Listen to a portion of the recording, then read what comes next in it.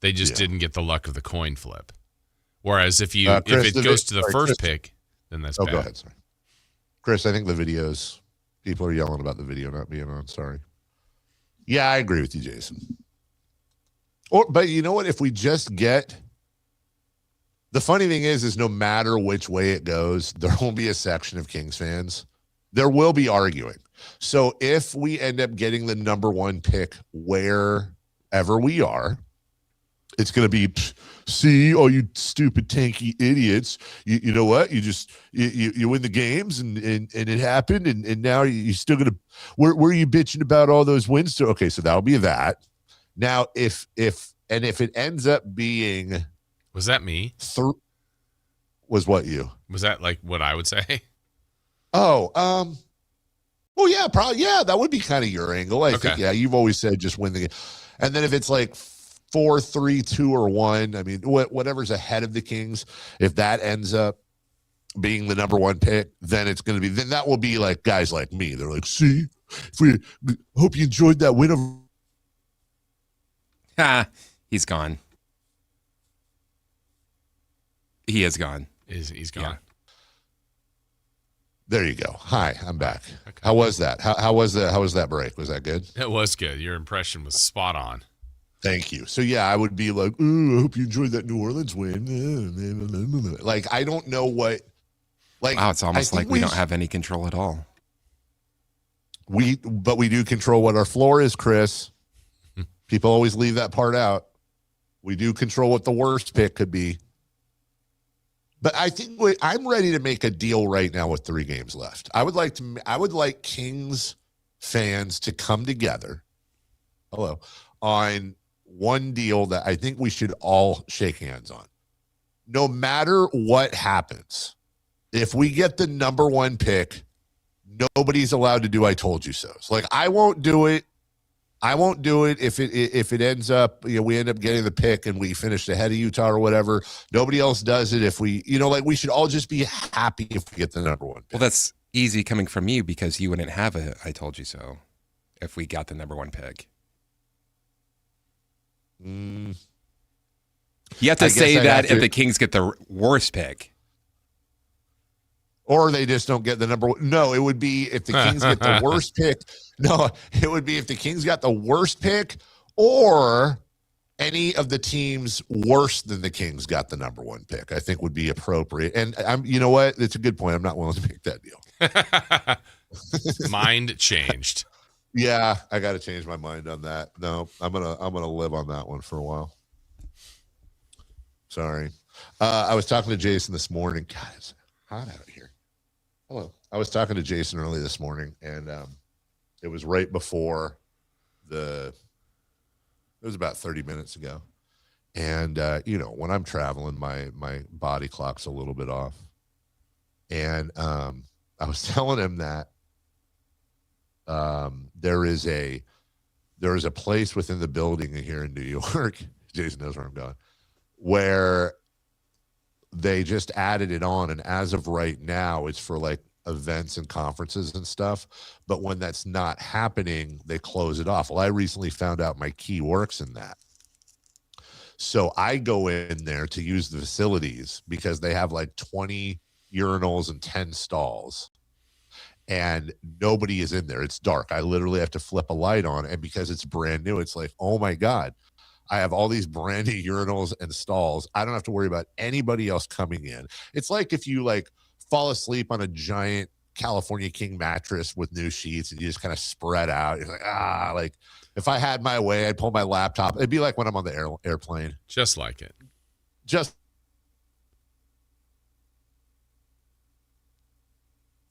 He's gone again. How long will this be? Apparently a little longer than the last time. No, it's about the same as last time. Is he back? Nope. Oh. I know this story. You don't know this story yet. I don't. Yeah. And we won't know this story apparently for a while. All right. Well, Dave is efforting to get his stuff together from his remote studios. Maybe he was in that luxurious bathroom Maybe that's where he was broadcasting from. Anyway, hopefully he will be able to get his connection done properly. As a week. Hi, Dave. Sorry, where did I cut off? That's annoying. Sorry. Where did I cut off? Basically, you just talked about how it was like spreading out on a California King. Okay. So that's like the best place to use the facilities, right? Especially as Jody Bacon refers to it as little potty and big potty. You get the gist, right? But like, what would be the Mount Rushmore of worst places for big potty? Oh. I feel like gas station's number one, right? No. Concert porta potty? Yeah, outhouse, porta potty, something like that. That just, you go in and you're already losing because it just reeks. Reeks. Okay. Chili cook-off porta potty in the summer. August. Yeah. In city that doesn't matter, just as long as it's hot. It's a chili cook-off / IBS information convention in the dead of summer. In the Mojave Desert. Coachella. Yes. It's a Coachella offshoot. Okay, so let's do an either or. Airplane's pretty rough. I guess it depends. Yeah, but is airplane rough because of the facilities themselves? Yes. Or the absolute real chance that you could be, and again, we're assuming you're sitting down for this, that you could hit turbulence and just literally go. I mean, that has got to be the worst way to experience turbulence is in how do I say this? In mid-roll. Yes. And you just bloom, the plane drops 100 feet and you go up and you come back down. Well, that'd That's be a deep terrible. one. That would be a very deep, followed by a shallow and then a deep one. Yeah. Yeah, it's the combination of the size of the facilities, the potential turbulence. I'm also thinking like if it's a bad big potty. So and you don't want to be the one leaving that little room when there's a line waiting to go in. Oh gosh. Well, I told you that's what I did on. I've told this story before. That's what I did on AirTran the first time my wife and I went to Puerto Vallarta, and we got it was $25 a piece to upgrade to whatever their first class was, which basically meant you got 2 free bags and you got to sit in the front. And when we were coming back. Before the plane took off, I looked at her because we were in row 1, seats A and B. So you walk into the plane. We were the first 2 people sitting on the right. I was sitting by the window, and she was sitting on the aisle. And she knew I was having issues. Like we didn't figure out the whole don't drink the water thing, and ice cubes are in fact water. So I'd been having issues for a couple days. And we get on, and how do I say this? Again, I'm trying to respect that it's morning radio. There were signs. There was a pregame show going on in our seat, and she finally turns to me and she goes, "My God, can you just go use the bathroom, please?" signs everywhere. There's signs. There were. So I go in there, and dude, it wasn't Dumb and Dumber Jeff Daniels, but it was not great. It was not. It's one of those ones where, like, when you stand up, you have to brace yourself because your legs are kind of numb, and you've been putting in serious overtime, right? Yeah. So I get up, and I know it's bad, right? And so I get up, I wash my hands, I finish up, I go back to sit down, and I go out the door. And I immediately close the bathroom. I immediately close it, just hoping it just, all right, we're going to take off soon. We haven't even taken off yet. Easy bake oven. So, as soon as I go, before my butt even hits the seat I'm in, remember, I didn't have to walk that far. I see, I see the cabin door open where the pilots are. And one of the first dudes or what, I don't know, one of the guys. He goes in, and and Melissa and I are looking at each other because I said to her, she goes, "How was it?" And I go, "It was bad." So he goes in the door, and immediately Melissa and I look at each other like, "Oh God, what's going to happen?" So imagine everyone off the plane. There's been a biological leak. He lost his wings. This dude. This dude goes in the door. I hear it close and lock, and then almost immediately unlock and open. He goes back into the cabin and closes the door. And like now we're like, oh God, what's going on? Maybe he just needed to check his hair in the mirror real quick. Well, maybe, and that's what we were hoping. But then the very next thing we hear, like when turbulence is coming and you hear the bong, like the little bell that goes on over. Immediately we hear this bong, and all of a sudden, like this stewardess, flight attendant lady, walks up kind of nonchalantly to she walks up to the cabin door and like opens it. We can't hear what they're hearing, but she immediately walks back to the back of the plane, right? So we're going, what the hell is going on here? She then comes up to the front of the plane with not one but two cans of spray. And she goes in and she opens the door and she goes in, and we hear all this spraying going on. Like, I'm trying to disappear in my seat, right? And Melissa is trying to disappear into me, like, we're just praying, right? Like, they haven't caught that it was me. So then she gets done spraying, and then the best part is as she's passing us back down, we hear her mutter to herself, "Oh, hell no." She's moving to the back of the plane. So now I know it's going on, right? And then about 5 minutes later, the pilot or whoever that guy was, not the pilot, but the first mate or whatever, goes in and does his thing. And I felt so horrible. I mean, literally, like I physically felt so horrible, but also I felt bad. But you know what? What are you going to do, man? I guarantee you that's not the first time someone's had issues on a plane coming back from Mexico, Yeah. So I would say outhouse isn't even a thing. Outhouse is like a whole different animal. Yeah. That's a desperate time. Like if you have to go, you have to go. Otherwise, you try to avoid those. But there's times you have to go and there's just nothing you can do. Right. Yeah. Like there's still a place past Kybers on Highway 50 I look at every once in a while that is probably flush with like poppies and violets and lavender from the fertilization I was forced to do on the side of 50 at like 11:30 at night in November, where we just had to pull off to the side of the road. Thank God we had a roll of paper towels, dude. It was chicken fried steak at Denny's, and it didn't sit with me. Moon's over my hammy. So which would you rather then? That's where I was going. Would you rather have like porta potty that's in terrible shape, but the seat is clean and there's toilet paper and it smells great, but it's like a really in bad shape porta potty? Or like a really nice bathroom and like it has toilet paper, but you have to wipe the seat off and it smells like somebody slaughtered an animal. I take the first one. The porta potty? Yeah. I had a friend once who went into a porta potty and there were bees in it. Oh. But they were down in the thing. He just got out real quick, right? He didn't stay in there? No, well, he found out from sitting down when he got stung. Oh. Bees. Wait, am I missing a reference?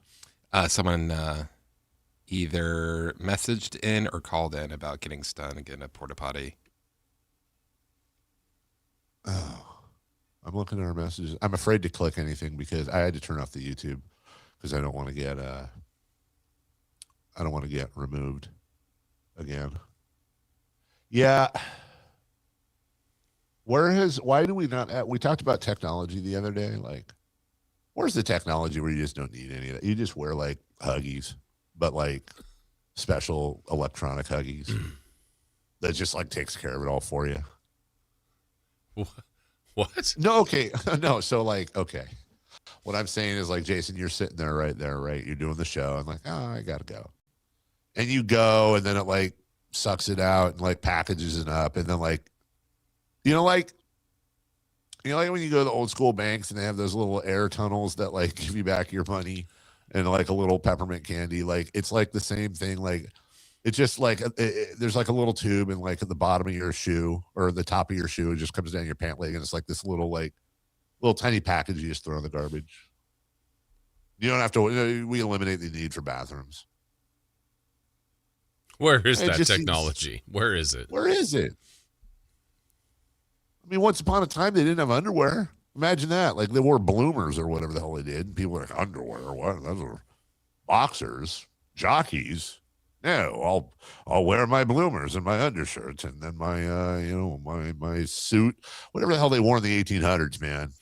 They're loafers, and I don't even know how they did that. Like you're riding a horse and basically slacks and a dress shirt and an overcoat and a hat, and you have longer hair and you have a mustache. And somebody brought up like, "Hey, Wyatt Earp, why don't you try these boxers on?" And he was like, "No, that's weird." Like everything has to start somewhere, Jason Ross. It does. Let's get that technology. I don't hate anybody for anything. Frank Caliendo will be with us tomorrow. I don't hate him for that. Why? Make sure you check it. No, I said I don't hate him for that. Make sure you check out his show tonight, as a matter of fact. Right. I will be there. Will you? Yeah. Hey, have you communicated with him at all? I have not. Oh, you should send him a text. Let him know you're there. Seriously. Say hello. I got invited by the afternoon guys. Alan and Whitey? Yeah. Are they going? Nice. They are. Nice. Wow. Good to see. Well, good. Tell Frank we all said hello, and then he'll join us tomorrow. And I'm sure that won't come up at all, that Jason, that you and I weren't there. Do you think Frank notices? Well, Jason's got the game to do tonight.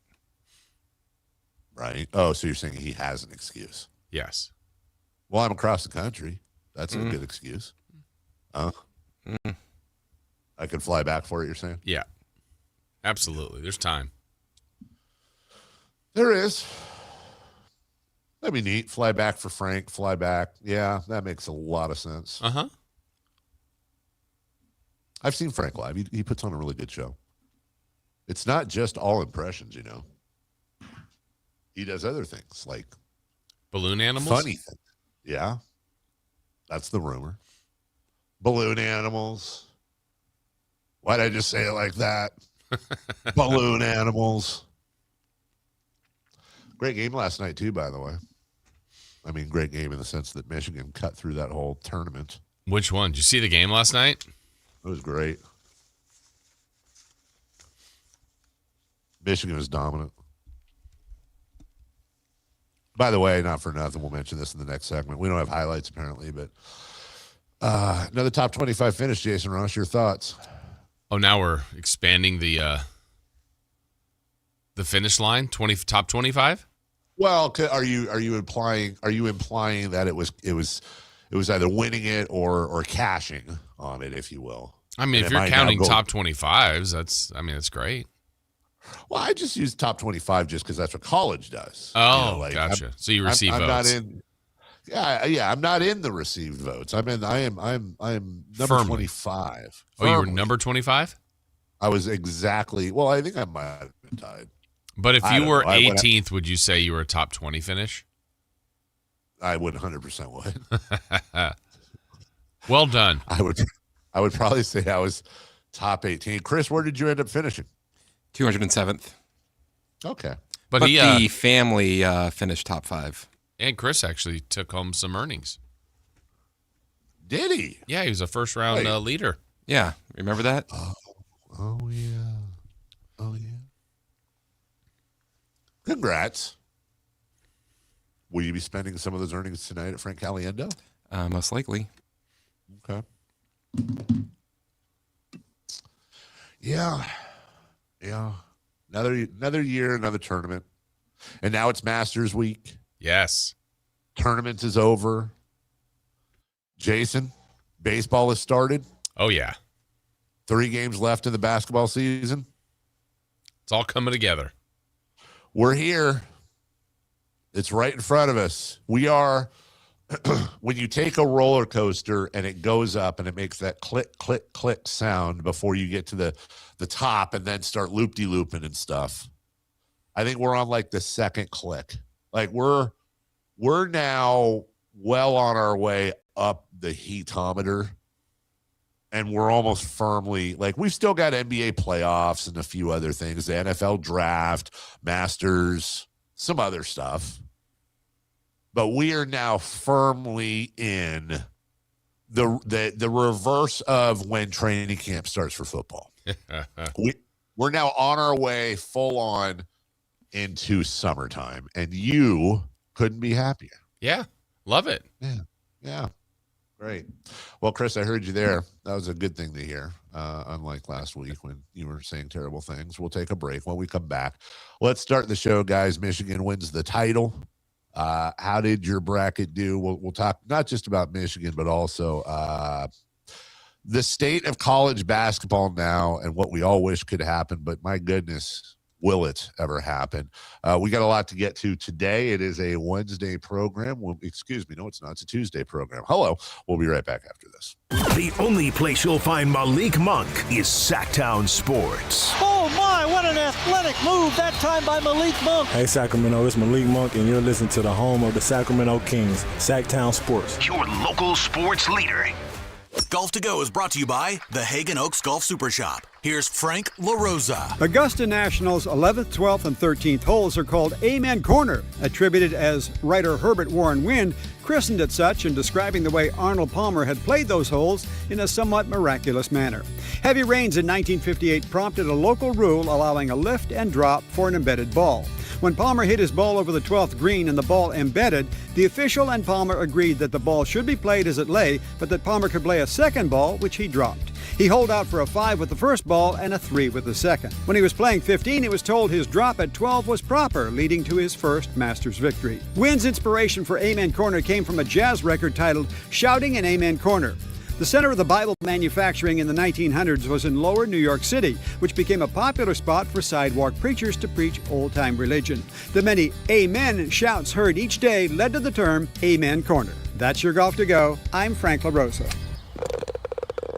At Power Business Technology, we're not another big box corporation. We're your neighbors, locally owned and operated. We know what businesses like yours need, from reliable printers to high-performance copiers. We'll help you find the right solution with personal service you just can't get online. Need setup or support? We're just down the road and always happy to help. Power Business Technology, family hometown service with big-time solutions. Contact us today for all your business printing needs at 844-POWER-BZ. That's 844-769-3729 or visit us at powercopiers.com. Welcome to the Bar None Auction. Bar None Auction is selling thousands of items this Saturday, April 11th in Sacramento. Large farming and construction equipment, cars, trucks, and industrial supplies, all sold to the highest bidder. Always open to the public. Visit barnoneauction.com.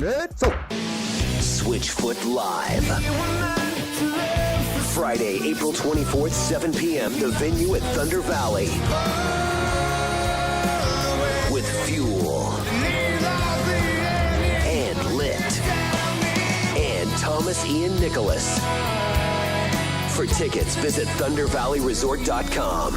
One incredible night with Switchfoot, Fuel, and Lit together live.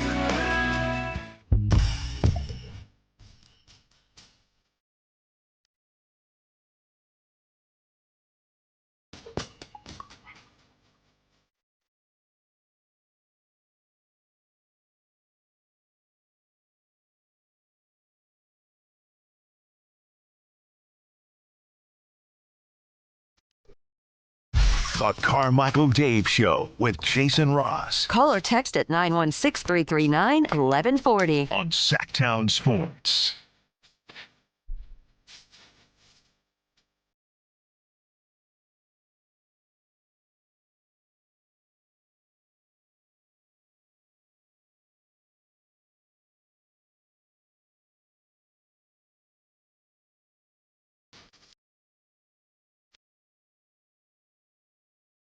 The Kings are going to be back in action tonight. 3 games to go. Take on the Dubs, the Warriors in San Francisco. Later in the show, we're going to kind of get into that, whether or not that's a rivalry to you. Well, that's not a rivalry to them. Probably is to some sort to the Kings fans, but we'll get into that. We had college hoops last night. The NCAA season has come to an end. And Michigan is your new national champion. The Wolverines and UConn. It was a game in which, for a while, UConn, I would say at halftime, had to feel good because Michigan's one of the best scoring teams in the nation. They've been just running people off the court. And it was lower scoring. Michigan hadn't made a three. But yet Michigan was ahead, I think, by 4. And you just felt like, I just don't know that UConn can do it. They made the game in their style. They muddied it up. They made it physical.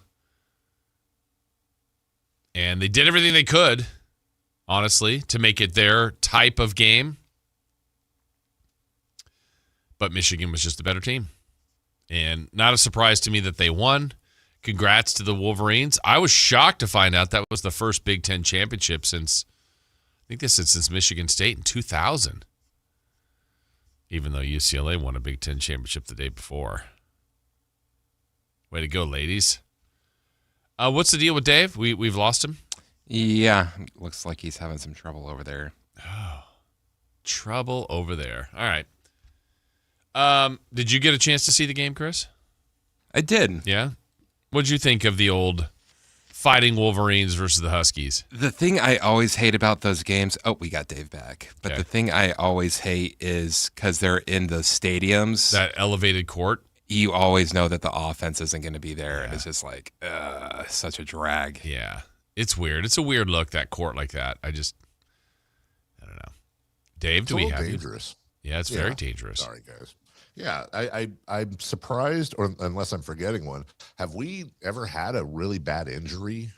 I was talking about that with my wife last night about that. Like, I think if you're going towards the benches, I bet it's kind of protocol. Hey, get up and save the person because it looks like there's about 6 to 8 feet. There's a good distance, but the other way, I think you're going into the media section. So I don't know. I don't think we have. I mean, there was the Kevin Ware injury, but it didn't have to deal with a court like that. That just gave me the shivers. Yeah. Yeah. Is that the worst one? I think so. I think so too, right? Like, I feel like that's the worst one I've seen. That was God, now I'm going to spend today finding out at some point. I got to find out what Kevin Ware is up to. I hope whatever he's up to is good. Yeah, me too. Is going through that in front of folk. It is a title for the Michigan Wolverines, who kind of, is it fair to say, Jason, that Michigan kind of flirts with being one of those like A-level college basketball teams? Like, sometimes it feels like they go through spurts of being there, and then it's like, okay, whatever, and then they're back. We went through it obviously with the Fab Five, and then Romeo Robinson, Glenn Rice, those days. I remember, what was it? Was it Michigan? Was it Romeo Robinson beat Terry DeHare and Seton Hall back in the day? And you go back and forth. It obviously right now they're there, but the thing that kind of stinks for college programs, unlike before, is, well, you pretty much got to start over now. Yeah, they had all 5 transfers, didn't they say, or something like that? I mean, it's just, that's the present day version of college hoops. It's not like we had it before, and there was a charm to that, Dave. I thought, like, to see Christian Laettner, Bobby Hurley get a second crack at UNLV's, running Rebels, that star-studded group, or the Fab Five run it back at least for a second year. And when Chris Webber left, that was rare. It's like, whoa, he left after a sophomore year. Now it's, if you get a player 2 years, then when they get to the draft, they're like, what's wrong with them? They're old. It's like, yeah, they're 19 instead of 18. Come on. I don't know if it's better. I don't know either.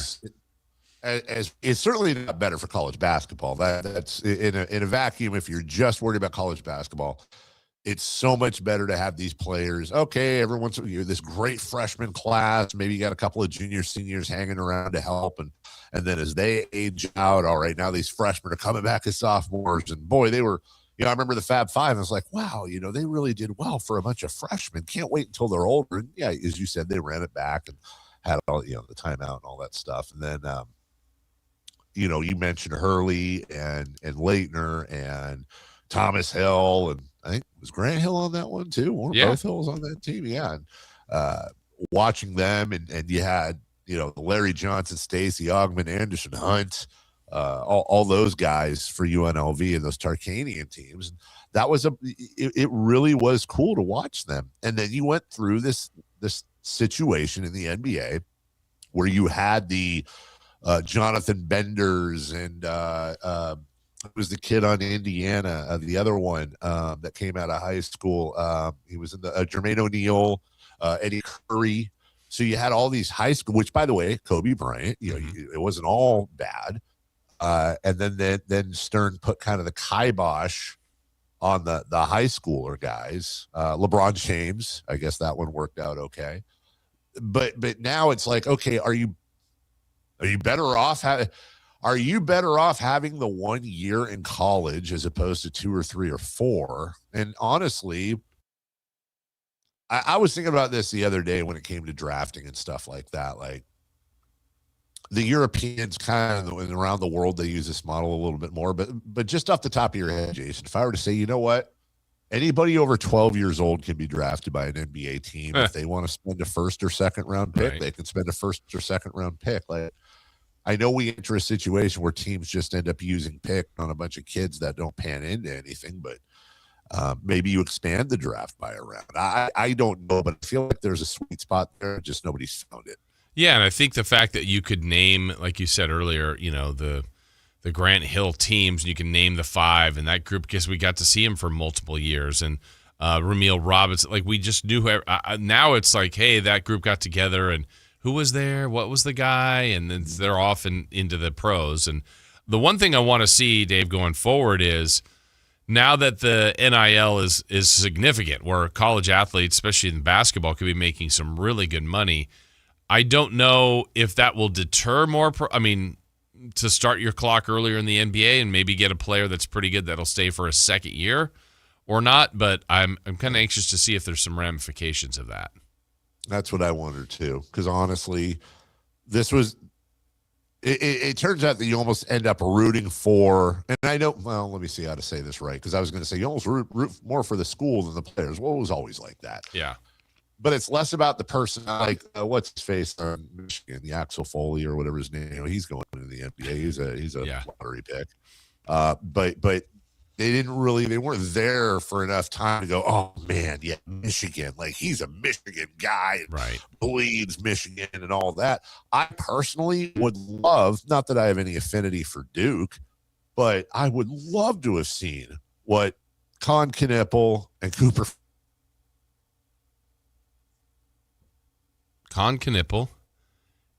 Flagg could have done with, I'm guessing, Cameron Boozer. I'll fill in the pieces. So we lost Dave again. Yeah, I think so. I think that's the point. Like, right, what would that have looked like? Duke and all these great programs that get great player after great player, but then you go, a lot of them end up not playing together because they're one and done and they move on. And Con Knippel and Cooper Flagg had a great run, got to the Final Four a year ago. Cameron Boozer got his team as far as they did this year. Imagine, they could have had a year together. And what would that have looked like? I don't know that we're going to see that. I think it could be happening for lesser draft choices, or, there was a time in college basketball where this one and done was happening with less NIL, but the experienced schools, the mid-majors that had like fifth-year seniors that had played, let's say 100-some games together, actually had some real tournament chops, and they were ready to go and could be a tournament threat. Now we're still kind of seeing the top of the top get through, but I don't know if that'll cycle again. I think the charm of the tournament is the fact that you can get upsets and still also see great basketball at the end. My favorite part of the tournament is the first 4 days, because of you're watching a ton of teams, a ton of basketball, and usually some good drama and some good upsets. As the tournament goes on, the Sweet 16 and the Elite Eight's really good basketball, and then the Final Four is just a whole different show. It's just a huge money-making operation, and it does feel different when you watch it. Still good, but to Chris's point earlier, playing in those big, grand football stadiums with a tiny little court right in the middle, It just has always usually makes it for a really tough offensive day and shooting day for these teams. I don't know if that's a backdrop thing, perspective thing, whatever, but generally the teams struggle to score. And we saw some of that yesterday. But yeah, I don't know what the fix would be for college basketball in that situation, because, they might argue it's not really broken, and I think you could argue it is. You could argue it isn't. But they are finding a way to put out a good product, good teams. And like I said, this year, I thought the tournament would be really good. There were a lot of good teams going in, and they were. Arizona's a really good basketball team. Michigan made them look ordinary. Duke's a good basketball team. UConn's always tough. Houston is really good. But it's Michigan that stands alone and wins the title. So congrats to them. All right, break time for us. Still to come. Hopefully we'll get connected back with Dave again. When we come back, we still have 3 for Madness. But up next, it's a big week in golf. It's Masters Week. We'll get into that when we come back on Sactown Sports. Download the Sactown Sports app. Sacramento sports in your pocket. This is Sactown Sports 1140. This is the story of the one. As a maintenance tech at a university, he knows ordering from multiple suppliers takes time away from keeping their arena up and running. That's why he counts on Grainger to get everything he needs, from lighting and HVAC parts to plumbing supplies, all in one place. And with fast, dependable delivery, he's stocked and ready for the next tip-off. Call 1-800-GRAINGER, click Grainger.com, or just stop by. Grainger, for the ones who get it done. When your check engine light comes on, do you see a repair bill or do you see peace of mind? For 20 years, CarShield's been the name America trusts to help keep you on the road.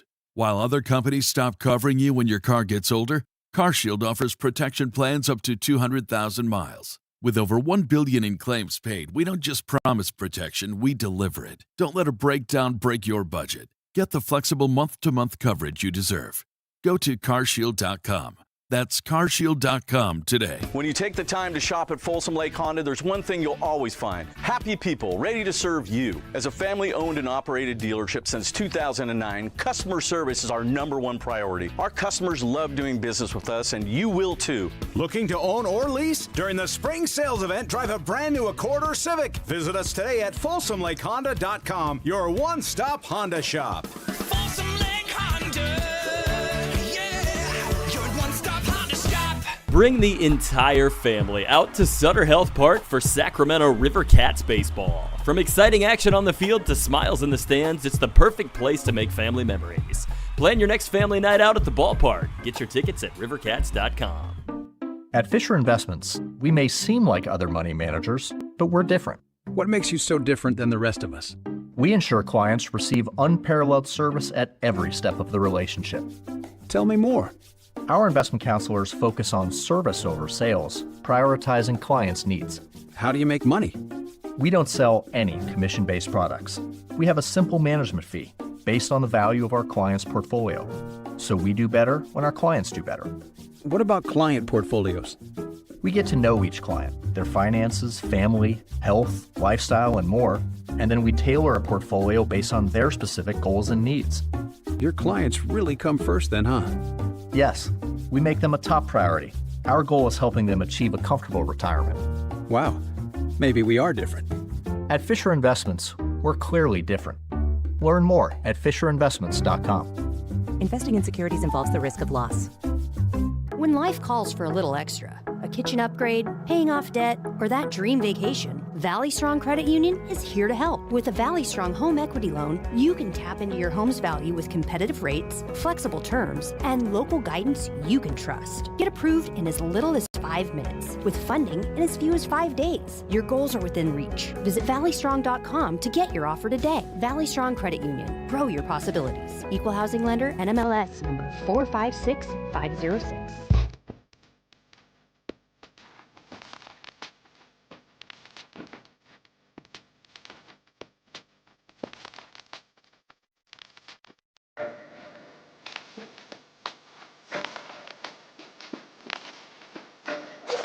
waking you up with the best in local sports. They just make it interesting, you know? It's the Carmichael Dave Show with Jason Ross On Sactown Sports.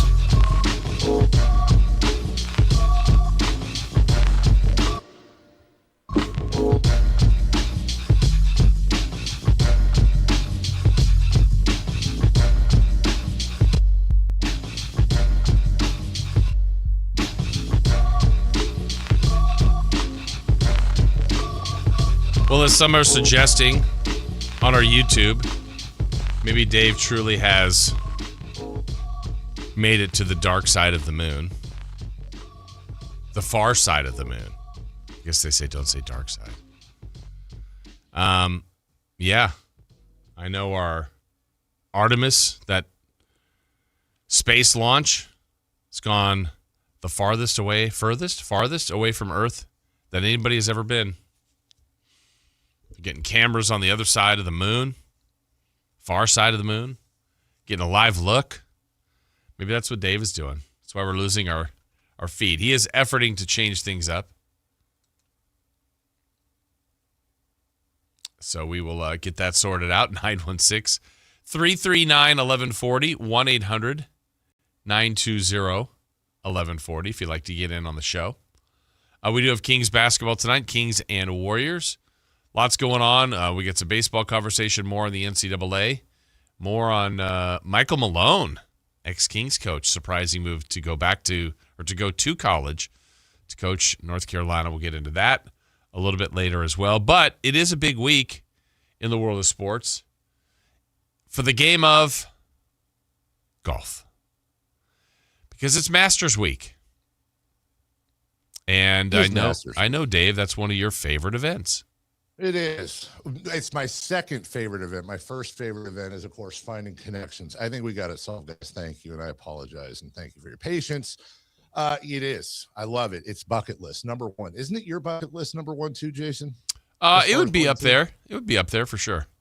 They're cracking down on scalping. The good news is once you get in there, everything's like $1.50. But the bad news is you can't get in there. You got to win the lottery. And even if you win the lottery, I think actually, I was looking at prices and it's like on Sunday, I think it's like $675 a badge face value, something in that neighborhood. And here's me, which $675 is a lot of money for any ticket. But I'm like, oh my God, that's actually not that bad. Like you trick yourself into thinking, hey, I'll pay $700 plus flights, plus room, plus all of that. So I can walk around a golf course and eat pimento cheese sandwiches. But Yummy. Here we are. That's it. Yes, it's a bucket list for a lot of people. Look, if you're not into golf like Chris, we talked about this last week. He's not into it. Not a big deal. That wouldn't be his thing. Much better ways to spend money. But if you're even partially into golf, the Masters is probably the way you would go. And I was just thinking, I think about this every year, Jason. Where does it rank when it comes to individual accomplishments? And just to kind of give you an idea, I think there's like a gold medal. And I guess that would, no disrespect. A gold medal is a gold medal, but let's be honest, like a gold medal in the 100-meter dash is probably not a gold medal in like, snowboarding moguls. You know what I'm saying? Right. They have different levels of gravitas. Heisman Trophy, obviously. I think the green jacket might be number one, but I think Heisman Trophy has something to say about it.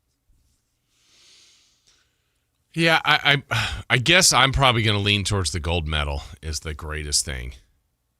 Yeah. It also, like you said, it depends on the sport. More so if you do that individually, but I guess that's what golf is. Golf, you're doing that individually. Heisman, it's a team award as well, but it's your accolades of what you've done. But yeah, I think I would go gold medal, Heisman in there. Yeah, green jacket. There's a lot of prestige around that. Now, what if I personalize it though? And this is always the interesting two-parter. Is on one hand, it's what's the most prestigious, and then on the other hand, it's okay. Would you like to be known as Jason Ross Heisman Trophy? Because here's the other thing. These are what I like to call obituary accomplishments. Mm-hmm. And what does that mean? The first line of your obituary is generally, if not the second line, going to be whatever that accomplishment is. So you win the Heisman Trophy whenever, wherever you go. Your Heisman Trophy winner, Jason Ross. I don't know that it's the same because there's, U.S. Open, there's the British Open, but I feel like slipping on that green jacket, I don't know, man. It's tough to compare, but almost more prestigious. Would you rather have the green jacket or one of the gold Hall of Fame jackets? Like NFL, I mean,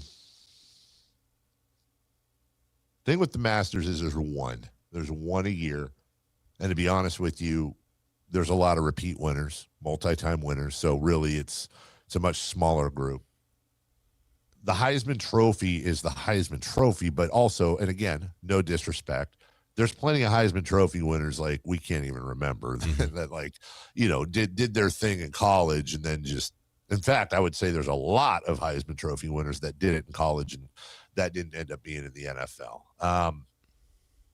You look at something like Wimbledon, like we remember Wimbledon singles titles winners for the most part.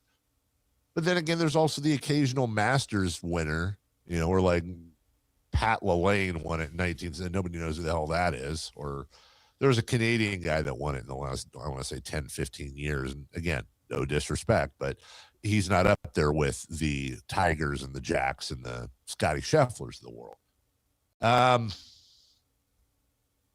It's my own personal bias, man. I don't think there's any moment in sports individually I would rather experience than a Masters. But also you said, would you rather have the gold jacket for a Hall of Fame career? Yeah, and I think the obvious answer there is probably yes, because that represents a once in a lifetime Hall of Fame level career year after year after year. But that's a team sport. So I almost feel like it's maybe a little apples and oranges because with the Masters, with golf, with boxing, with tennis, there's something special about the fact that like it's you. Like caddies aside, like it is only you out there. And if you're having a bad day, Lou Dort isn't going to pick you up if you're 6 of 17 shooting or whatever. It's you, period. And you have you can have a bad quarter in football or basketball. You can come back. You have a bad second nine in golf on any day. It's over. You're done. Not to mention the fact that golf may be the only sport that if you're not good enough the first 2 days, you just go home. You get nothing. There's no contract. There's no guaranteed money. You still have to pay all of your travel for everybody, travel for your caddy, all that stuff. You're literally, as an athlete, as a top level professional athlete, you're losing money if you miss cuts. And I just don't know another sport has a comparison to that. So I just looked up, now it reminds me. So I looked at the last 10 Masters winners. Yeah. And it is pretty amazing, the list. It's great that it's 10 different people. There is the surprise champion in there that you'll hear here. 2015 was Jordan Spieth. Yep. So that's a big name, wire-to-wire win for him. 2016 was the surprise. That was Danny Willett. Danny Willett. And by the way, Jordan Spieth, I believe that's the year he completely choked it away. He had 2 in a row, and I believe he completely choked it away. Okay. Willett took him on Sunday. Then 2017 was the great moment for Sergio Garcia to finally get a major. 2018, Patrick Reed. I guess 2019. Yeah, Tiger Woods, which is still one of the greatest Masters of all time. 2020 was Dustin Johnson. Yep. Hideki Matsuyama in 21. One of the great moments of all time. The entire course was cleared. Somebody, thank God, was running a camera, and Hideki's caddy goes out to 18, grabs the flag, and bows deeply to an empty 18th hole. That was such a cool moment. Then you have John Rahm, Scotty Scheffler, and then last year's magical one for Rory. Yeah. Or he almost blew it. Remember, he had to go in a playoff to win. If you're a golf nut like I am, and like you are too, there is the Masters. They always put out this amazing content every single year. Whoever does their content behind the scenes gets an A+. Every single year. A couple of years ago, they did this thing where they had a drone flying through the whole Butler cabin into the clubhouse, up to the crow's nest. They do a bunch of great stuff. I don't know if you've had a chance to see this yet, Jason, but they have about a 30-minute video that came out a week ago, and it's just Rory McIlroy literally going through every shot on his final round, including knocking it into the water. One of the great shots in Masters history, that massive I don't know, call it what is almost a hook around the tree to bring it to within like 10 feet for eagle. And by the way, he missed the putt for that.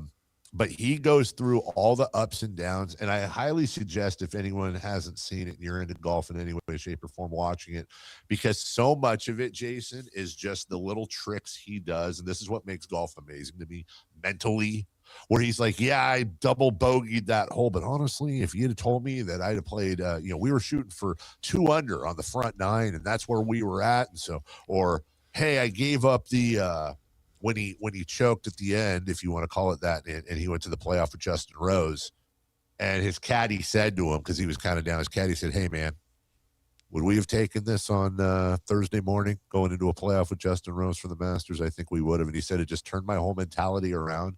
And as we go to break, I'm dead serious about this, dude. When I watched that video, now that I'm reliving it, when I watched that video, when his caddy said that to him, I swear to God, the first thought I had in my head is, I said, if I was competing for the Masters and Jason Ross was my caddy, that's exactly what he would say to me. That's exactly the mentality, is like, well, we would, hey, that's hey, whatever, would have taken that. And that's would you have had the same reaction though? Nope. Nope. Oh, I think we both know I do not possess the mental discipline, also the skill, but the mental discipline to be a professional golfer. I do not have that. Jason, you 100% have the mental discipline to be a professional golfer. I mean, no, just not the game. Yeah, I mean, that's all that's missing. I mean, that I could get that. I can get there. If there was just a mental aspect of it, you're probably wearing a couple green jackets, Jason. We'll take a break. Hour 1 in the books. Let's get into hour number 2. We'll start with 3 for Madness. Yeah, it's early, but let's I know you were looking in at the Giants yesterday. Let's look at baseball. And these A's games, Jason, you guys are more in tune than I am, you especially, but it feels a little different this year. We'll touch on the Giants as well before we get to Michael Malone and his new job in North Carolina. We're right back after this. Malik Monk plays here. Started left, goes right, steps back, launches the 3. Nothing but net. Oh, that was just filthy. Oh, my, that was sweet. Sactown Sports is your proud home of the Sacramento Kings. This is the story of the one. As a safety manager at a manufacturing plant, he does everything he can to keep his coworkers safe. From finding ways to reduce risks to keeping safety supplies in stock. And for that, he relies on Grainger. Grainger offers a broad range of quality products and next-day delivery, so he can always play it safe. Call 1-800-GRAINGER, click Grainger.com, or just stop by. Grainger, for the ones who get it done. Confidence is knowing you're ready to handle whatever comes your way. That's what it feels like to take on your workday with Cintas. They make sure your AEDs are up to date, your fire extinguishers are tested and inspected, your floor mats are cleaned and delivered, and your workwear looks good, feels good, and is freshly laundered with a Cintas Apparel Plus program. So are you ready to take on today? Visit Cintas.com. Oh, I'm ready! And get ready for the workday. When your check engine light comes on, do you see a repair bill or do you see peace of mind? For 20 years, CarShield's been the name America trusts to help keep you on the road. While other companies stop covering you when your car gets older, CarShield offers protection plans up to 200,000 miles. With over $1 billion in claims paid, we don't just promise protection, we deliver it. Don't let a breakdown break your budget. Get the flexible month-to-month coverage you deserve. Go to carshield.com. That's carshield.com today. Veterans and active duty service members, when your call to service ends, your mission doesn't have to. Go from GI to IT in just a few months at My Computer Career. Prepare for a high-demand career in cybersecurity, protecting people, systems, and institutions from real cyber threats. Cyber warriors are needed now. Will you answer the call? Go to mycomputercareer.edu/CWP to learn more. That's mycomputercareer.edu/CWP, an Elite CompTIA certification partner. VA education benefits are available to those who qualify. Spring is in the air, and Alev's long-lasting pain relief is here to keep you moving. The days are longer, and the flowers are blooming. Whether it's gardening, yard work, or just spending more time outdoors, spring has a way of getting us moving despite any body pain. That's where Aleve can keep you going. With just one dose, Aleve gives you long-lasting body pain relief for up to 12 hours. From sunup to sundown, Aleve's got your back. Try Aleve. Use as directed for minor aches and pains. Welcome to the Bar None Auction. Bar None Auction is selling thousands of items this Saturday, April 11th in Sacramento. Large farming and construction equipment, cars, trucks, and industrial supplies, all sold to the highest bidder. Always open to the public. Visit barnoneauction.com. When a person is seriously injured, there's no substitute for the personal legal relationship offered by the local NorCal firm of Ashton and Price. From the first attorney meeting, every important decision is made with a direct consultation with, and I can't believe I have to say this, a real, live, experienced, flesh and blood local attorney. It's called Home Court Advantage for a reason. Ashton and Price, serious local attorneys for serious people with serious injuries with no fee until we win.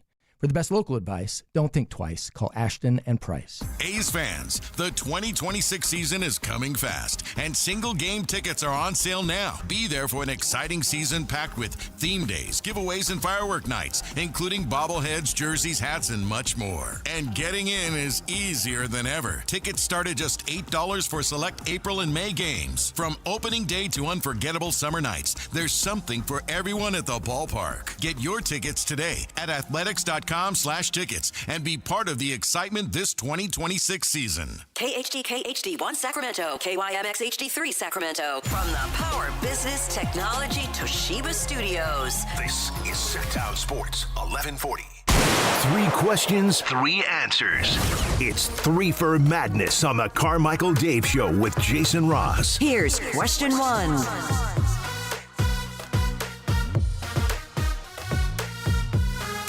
All right, coming up, an old friend is going to North Carolina. Kind of surprised a few people when we heard that yesterday, including one notable NBA guy that said it was going to be Billy Donovan. And then about 20 minutes later, it was most certainly not Billy Donovan. We'll talk about that. In the meantime, eyes on baseball. Christopher Laud, question 1. Rank the baseball season so far. Obviously, it's a silly question I wrote because the baseball season just started. But I would say, I don't know, Jason, I think it's off to a start. I think these opening days kind of just limp you in a little bit more than it should be. I think they got a lot of good momentum, you would think, from the World Baseball Classic, but I was going to turn that around on you. Is it a good thing to have the World Baseball Classic lead into opening day, or just from an MLB perspective, is it kind of a bad thing because you go from like intense, some players say even more crazier than the World Series, like intense games, all this drama, and then of course America being in the finals and everything that went down, and then it's like, all right, here we go. It's Giants and Yankees on Netflix, and then we're off to 162. I think maybe in a weird way, it's kind of a bad thing for the momentum. Yeah, I mean, I think you could look at it either way here. I'm going to say it's still a positive because it was great baseball. It was people talking about baseball before the season even started. Spring training was still going on for most teams. I know what you mean by there's a potential letdown from once you're, kind of just getting started in a regular season that goes for months. But I think the fact that it got a lot of eyeballs on baseball is probably still good for the sport. And, maybe some of the guys that were playing well there carry that over. So, I think all in all, though, that was a good thing for baseball. I think the other thing really is, and maybe I'm missing something, Jason, but we're only like, depending on the team, 9-10 games into the year. Right. And at least at the top end, just let me do just a quick check here. In 2025, you had the Jays and Yankees at the top. You had the Guardians and Tigers. You had the Mariners and Astros. I'm just going top two. Phillies and Mets in the East, Brewers and Cubs in the Central, Dodgers and Padres in the West, right? Mm-hmm. Fast forward, 2026. Who do we got at the top here? We got the Yankees, the Guardians, the Astros, the Brewers, the Dodgers. Really the only kind of surprise, if you will, and it just depends on how you want to put it, is that the Marlins are in a three-way tie with the Mets and the Phillies at 6-4. I'm not saying it's going to go this way all year long, but I don't see any out of the blue juggernauts, and it looks a lot like some of the same teams we had last year coming out of the box pretty strong. Yeah, and it's a long way to go, but I guess if I went to the bottom, I'd look at a couple surprises. Like Boston was a playoff team, they're 2-8. Detroit, playoff team, they're 4-6. Mariners 4-7 after their playoff year, but we got a long way to go. And look, these were, like you said, they're kind of staggered openings where you're maybe have a series where you have your home opener a day off, then you finish. Some teams just finally had their home openers last weekend, like the A's. So now we're going to finally get into the rhythm of the season, which will go for months. That's for sure. Yeah. Question 2, please. Question 2. Do the A's games feel different in Sacramento this season? I feel like they do, and I'm not as close as you are to it, Jason, but I'm not trying to be dramatic with it either. I'm saying there's nuances. It feels, maybe it's just a year of, we're a year away. And by the way, A's fans and Oakland folk that listen, this is not, hey, we forgot about what happened to John Fisher. It's great. There's nothing to do with that. I'm just saying you're a year removed from the sour taste of them leaving Oakland and going to Sacramento. You're a year removed. I think there were some pricing issues for a lot of people last year. I think there was the no Sacramento anywhere on the jerseys problem. I still don't like the fact, I know this is stupid, but I don't like the fact that when I look at the standings, I just see Athletics with no city. Again, I don't know why it would hurt them to put Sacramento in there. I think that means a lot to some of us to go on ESPN and see Sacramento under baseball standings, but seems like the crowds have been really good. They're actually, I believe, above 500, 2-1 at home last I checked. They did not have a great home record last year. It does seem a little bit different on the outside, Jason. Yeah, so yesterday we discussed this in a sense, Dave, of the first 3-game set of year 2. And if we look back on it, Friday night, the Kings played at the same time. We had a beam and fireworks at the same time. So the A's win. They shoot out fireworks, which was great. It was the largest crowd for the A's yet. So maybe it's the second year of a home opener. I don't know, but that was the best crowd they've had at Sutter Health Park. I went on Saturday, and great crowd again that day. They gave away the Sacramento jersey. So now there's finally some recognition about being in Sacramento, and people were wearing those yellow jerseys all over the park. It looked good. It was a good feeling. They lost that game. And then they get to Sunday, and the day that they're kind of touting the Kings-A's doubleheader, you go to the A's game first, then Kings game was later that evening, and people did part of that doubleheader package, but you get to guest and friend of the show, Brent Rooker, gets a walk-off home run, his second homer of the game. And so you have a celebration. Walk-offs are great. So you have a 2-1 weekend. That was a productive weekend. You beat a rival in the Astros, and they had a really good turnout. Now, unfortunately, they played just 3 at home, and then they're right back on the road in New York for the Yankees and the Mets this week. But they'll be back next week, and I want to see as it goes along. Now it's past the home opener, and it's getting a little bit further into the season and maybe lesser of opponent. We'll see, because I think it's maybe like Texas and the White Sox next week. So we'll see what they do crowd-wise for the second run at a homestand, but so far so good on the first run through. Also, the weather's been, fairly cooperative. Yeah. I mean, we're not in the doldrums yet. But you're right. The beam being lit, the fireworks going off. Is Sacramento a city that can support Major League Baseball? That's a different conversation. I think they are, but I also think, and we'll have the mayor on at some point. We've been talking to him, and he's reached out to come on the program. I think sometime late this month. I think we have to reframe it, Jason, the question in a sense of, when I look at it in the beginning of, can Sacramento support a Major League Baseball team? I think if you look at it in the frame of reference of, can Sacramento compete with these bigger markets to, are we going to get 25, 30,000 a night? I do not believe Sacramento can support that over an 81-game season. I don't think that's realistic. But when you look at the Miamis of the world and some of these other places that are getting sub 10,000, do I think Sacramento could have a nice outdoor stadium that seats 20 to 20? Like, if Sacramento was able to sell 20,000 seats a night over 81 games, and obviously sell it out for the big ones, but let's say averaged around 20,000, does that qualify as supporting baseball in Sacramento? I think it does. Yeah, I would be less worried about, like, if we're fantasizing about baseball being here on a permanent basis, I would be less worried about fan attendance than I would be the bigger fish and the bigger deal, which is, can it be supported financially? Like, not necessarily ownership, but partnerships. That's where, we don't have a bunch of the Fortune 500 companies here. And so it doesn't mean it can't be done, but I think that's the bigger obstacle. No, I agree with you. And honestly, I'm looking at attendance last year. The Dodgers continue to, it's just ridiculous, man. The Dodgers in San Diego averaged 49,500 plus, 42,434 for San Diego, 42,400 for the Yankees, and 41,672 for Philly. So I do not believe Sacramento can compete with that.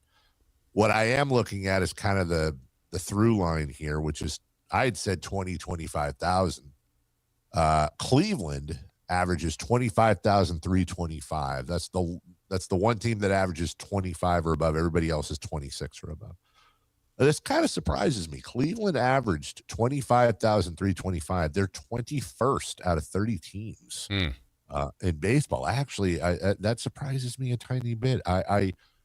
Do you think Sacramento could do 25,000 a game? Average? Yeah, I do. Okay. I think so. How much are tickets? Look, it's a great point, Chris. Just to give you, I'll just give you an honest answer, or not an honest answer, but I'm just going to give you the best answer I can. Let's say that they are exactly bang average when it comes to baseball.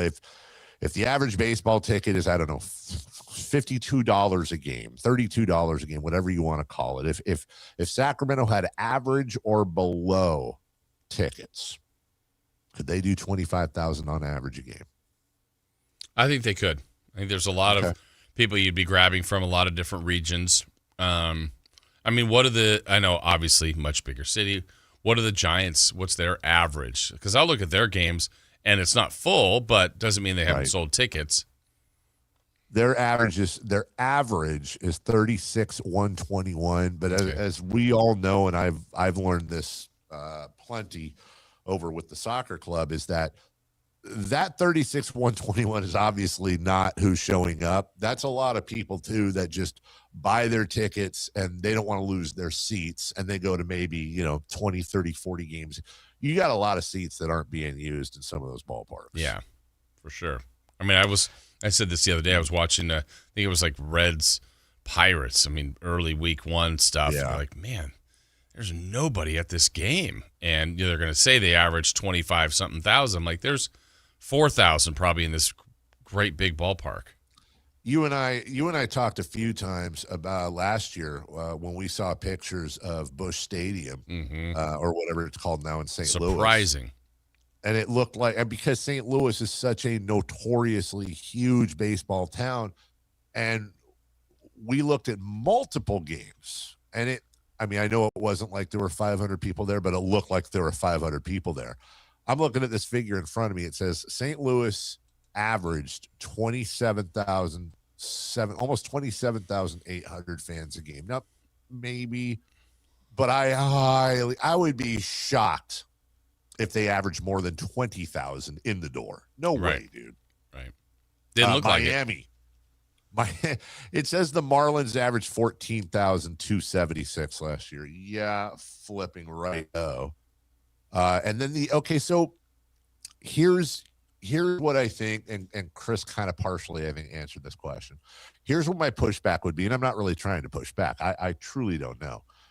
The A's last year were dead last in attendance at 9,487. Now, the first thing you think of is, okay, but they're playing in the smallest ballpark in Major League Baseball, and that's going to be a little bit skewed. But the other part of that is that's not – it would be one thing if 9,487 was a sellout, like back when Arco 1 was 10,333. You're still selling it out every night, even though it's a tiny number, and that made room for the eventual 17 and now 18,000 seat capacity.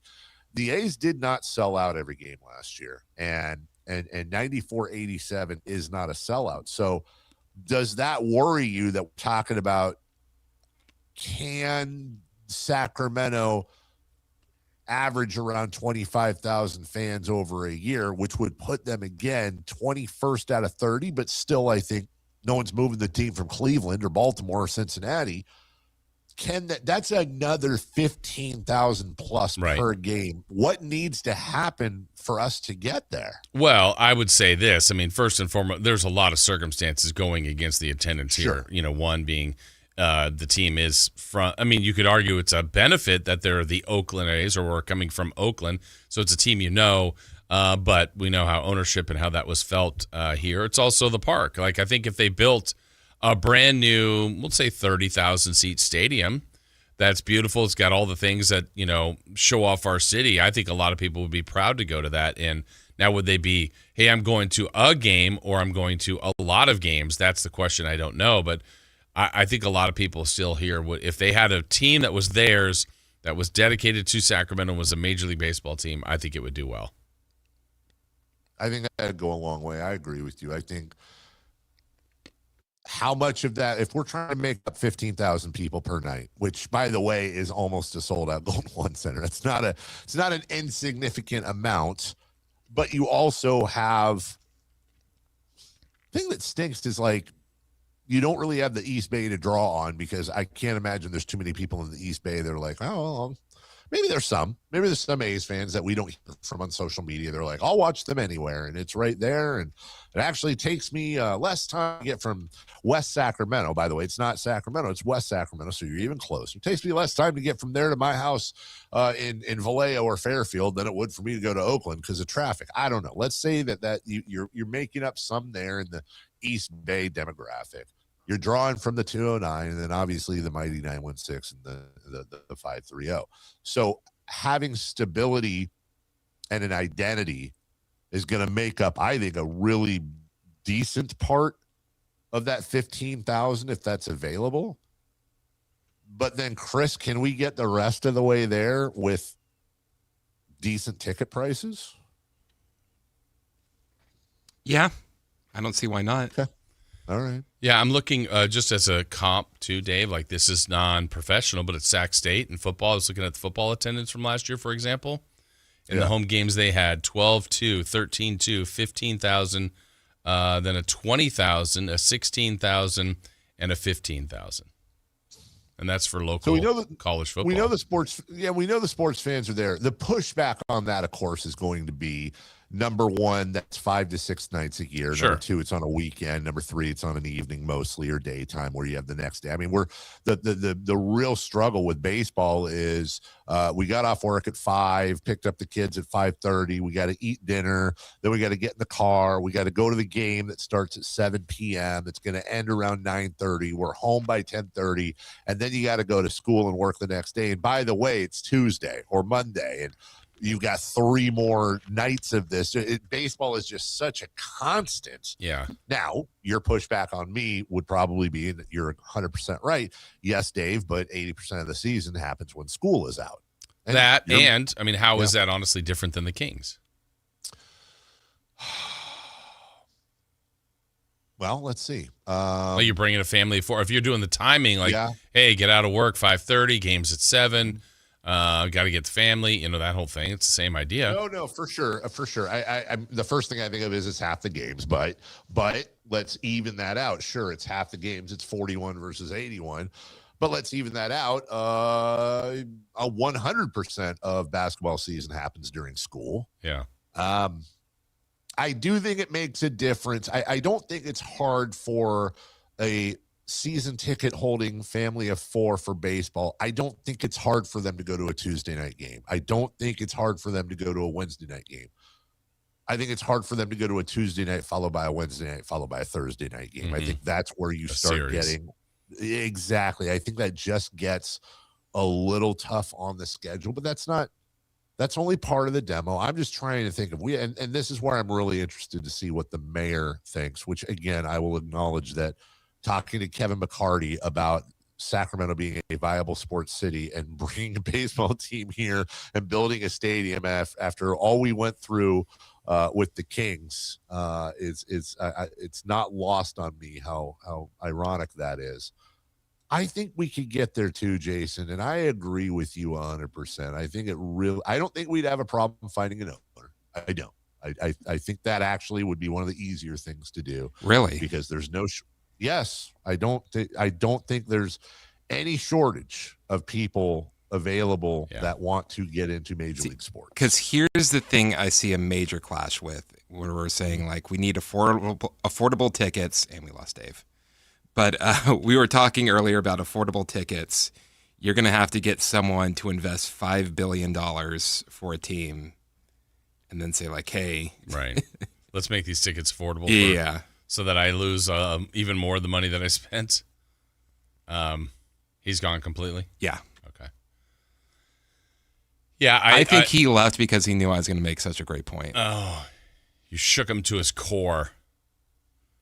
All right, well, with that, let's go ahead and get to question number 3. Question 3. The Giants are 3-8, 5.5 back of the Dodgers, and have the worst run differential in the league. 11 games into the season, is it over for them?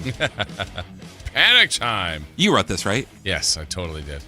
Well, the fact that they're 5.5 back of the Dodgers makes it feel like that part. There's already an uphill battle going against the Dodgers based on being the champs, based on being probably a better roster than a year ago, and they're such a heavy favorite. So I would never say it's over, but I don't know that they'll ever catch the Dodgers this season for the NL West. Now, getting a wild card spot, that's certainly not over. But I don't like the way they're playing at all. I don't like the way they look. I don't like the way it's I'm sure they don't like it. Like is mentioned, they lost 4 in a row. They're 3-8, excuse me. And it truly is going to be an uphill battle for them. A lot of baseball to go. I mean, you start, like we said yesterday with the A's, you just start chipping away series, try to take, in this case with the Phillies, 2 of 3 or 3 of 4. You just kind of want to keep knocking them down and keep getting some progress. If you get on a bigger run than that, you'll definitely take it. But they still have some good things with that team. Certainly Logan Webb is one of them. And I think their lineup is more well-rounded, though it's not showing it right now. But, and I will say this, I think their schedule has been a bit difficult to begin with, but that's okay. I would like to see them show more against some of these better teams. I didn't think they looked very good at all against the Yankees. Obviously didn't score, or got 1 run, I think, in that series. And the Mets, they didn't look that great. Right now they're taking on the Phillies. They played the Padres. So they played good teams, probably all playoff-type teams. But, yeah, I think if you're a Giants fan and you're thinking about trying to win the NL West, the fact that the Dodgers have already had several come-from-behind wins, like games where they were maybe a little bit vulnerable, down several runs that they've rallied to win, makes it scary. I mean, LA's 8-2 already. They had that first big matchup in the revenge department from the Blue Jays last night, blew them out. Everybody was getting hits. Hernandez and home runs, Ohtani. Freeman had a good day. Yeah, the Dodgers rolled the Blue Jays yesterday. But yeah, to feel like it's over is a helpless feeling, and you can't feel that way if you're a player, because you just have to worry about your team, yourself, your stuff, figuring out, all right, where can we get better? How can we get better? What are the things that we have to do to help turn this around? But yeah, it's a brutal start for the Giants, and they get the Phillies again today. And the fact that we're that quickly into the season, and there's probably some feeling like that. It's also probably less a reflection on the Giants, to be honest with you, as it is a reflection and homage to the Dodgers. 8-2. They're plus 32 in their run differential. The Giants are 3-8. They're one of the teams that have played 11 games, and they're minus 27. As Dave said, it was the worst. Who else is up near them? Minus 25 for the White Sox, minus 20 for the Blue Jays. And the Blue Jays really got a lot of that from yesterday, the Dodgers blowing them out. The best run differential is the Dodgers, followed by the Yankees, and then the Braves are right behind them. So it's early.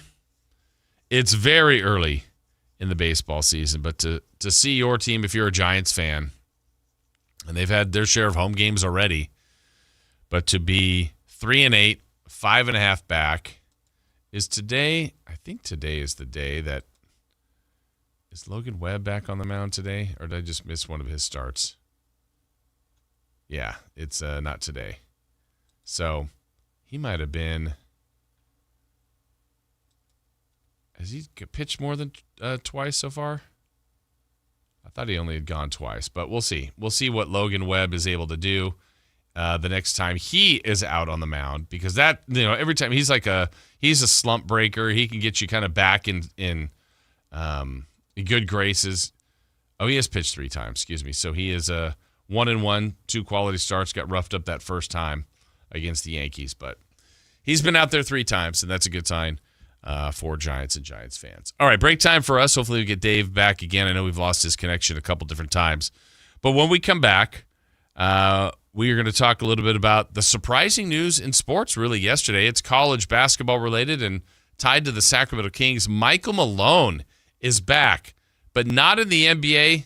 How will he look in Carolina blue? We'll discuss that next. Visit SactownSports.com and join the Sactown Sports 1140 newsletter. Your business moves fast. Your bank should keep up. At Valley Strong Credit Union, business banking is built for momentum with tools that help you manage cash flow, streamline payments, and fuel growth. Right now, there's never been a better time to switch. Open a new Valley Strong business account and get 3 months of business banking products and services free, up to $750 in value to power your next big move. Because when your business runs stronger, the whole Valley does too. Valley Strong Credit Union. Grow your business, grow your future at valleystrong.com/business. Now have a great supplier to assist you with your next project. Anova Cabinet and Stone in Sacramento. They are Northern California's best kitchen and bathroom remodeling supply store. Anova has the latest cabinet styles, a great selection of countertops, flooring, bathroom fixtures, and more. Visit their website, InovaCabinetStone.com. Take advantage of their grand opening special, a $750 in-store credit. Stop by today, Anova Cabinet and Stone in Sacramento. How was your break? It was great until I stopped for gas. Prices have gone up almost $1 with no end in sight. I might have to start watching how much I drive. That's exactly why I use Upside. I never pay full price for gas with the free Upside app. Upside? Yes, Upside. It's the free app that gives you cash back just for buying the gas you're already buying. So, even with the rising gas prices, I'll never have to limit how much I drive. Does that actually add up to anything? Just last year, I made over $200 with the Upside app. Wow, that's serious extra cash. I'm downloading the free Upside app right now. Download the free Upside app to earn cash back on the gas you're already buying. Use promo code THRIVE25 for an extra 25 cents per gallon bonus on your first tank. You can cash out anytime, right to your bank account, or an e-gift card for Amazon and other brands. Just download the free Upside app and use promo code THRIVE25 for a 25 cents per gallon bonus on your first fill-up. That's THRIVE25. Offers vary by user and location. Go to upside.com for terms and conditions. Welcome to the Bar None Auction. Bar None Auction is selling thousands of items this Saturday, April 11th in Sacramento. Large farming and construction equipment, cars, trucks, and industrial supplies, all sold to the highest bidder. Always open to the public. Visit barnoneauction.com. 100. So.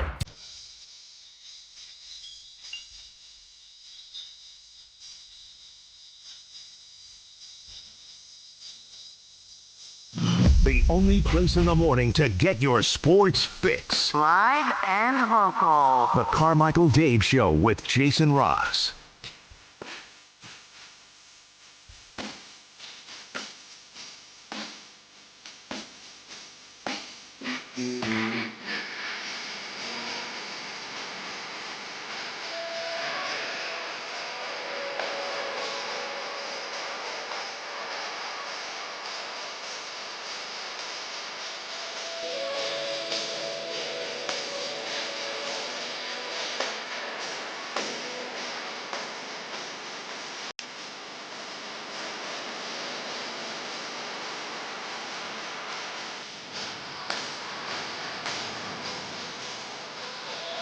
Welcome back.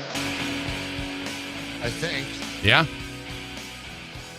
Just some inside baseball. We finally figured it out. We're having an issue with the what we're calling what our software is. I thought it was a internet issue here in New York, but our IT guy out here tells us it's an Airlink issue. Chris sent me an alternate Airlink, and then when I came back in the room, we were reconnected. This is the old Airlink. So, Chris, if this doesn't work, I'll reconnect with Airlink number 2.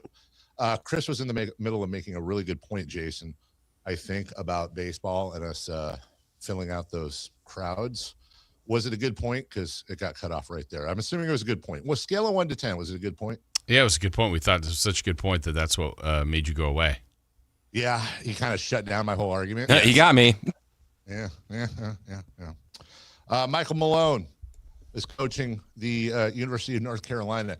Jason, since we're doing scales of 1 to 10, how surprised were you? About as close to a 10 as you can get. I mean, there was a lot of talk about Billy Donovan, a few other names that were being mentioned, and it's such a prestigious job. Not that, Michael Malone is more than qualified. I mean, just did not see him in that space. That I didn't, but doesn't mean he can't do it. And it will be kind of an interesting. It'll be a completely different look, put it that way, than like Dean Smith and Hubert Davis or Roy Williams at North Carolina. Anytime there's a new hire at a coach at a school like North Carolina or Duke or wherever, I always try to tell myself, like, it seems weird now, but in 30 years, are we going to be talking about, 84-year-old or whatever, Michael Malone, second winningest all-time, UNC coach, just past who, But I think this might be the new. I was with you. I was shocked. I'm thinking, okay, he's going to be a hot prospect. There's going to be a lot of jobs open this summer. Honestly, I was thinking he might do the Milwaukee job because that one's opening up. Chicago is probably going to open up, and that he's got roots there as he does in Detroit, and Detroit ain't going anywhere right now.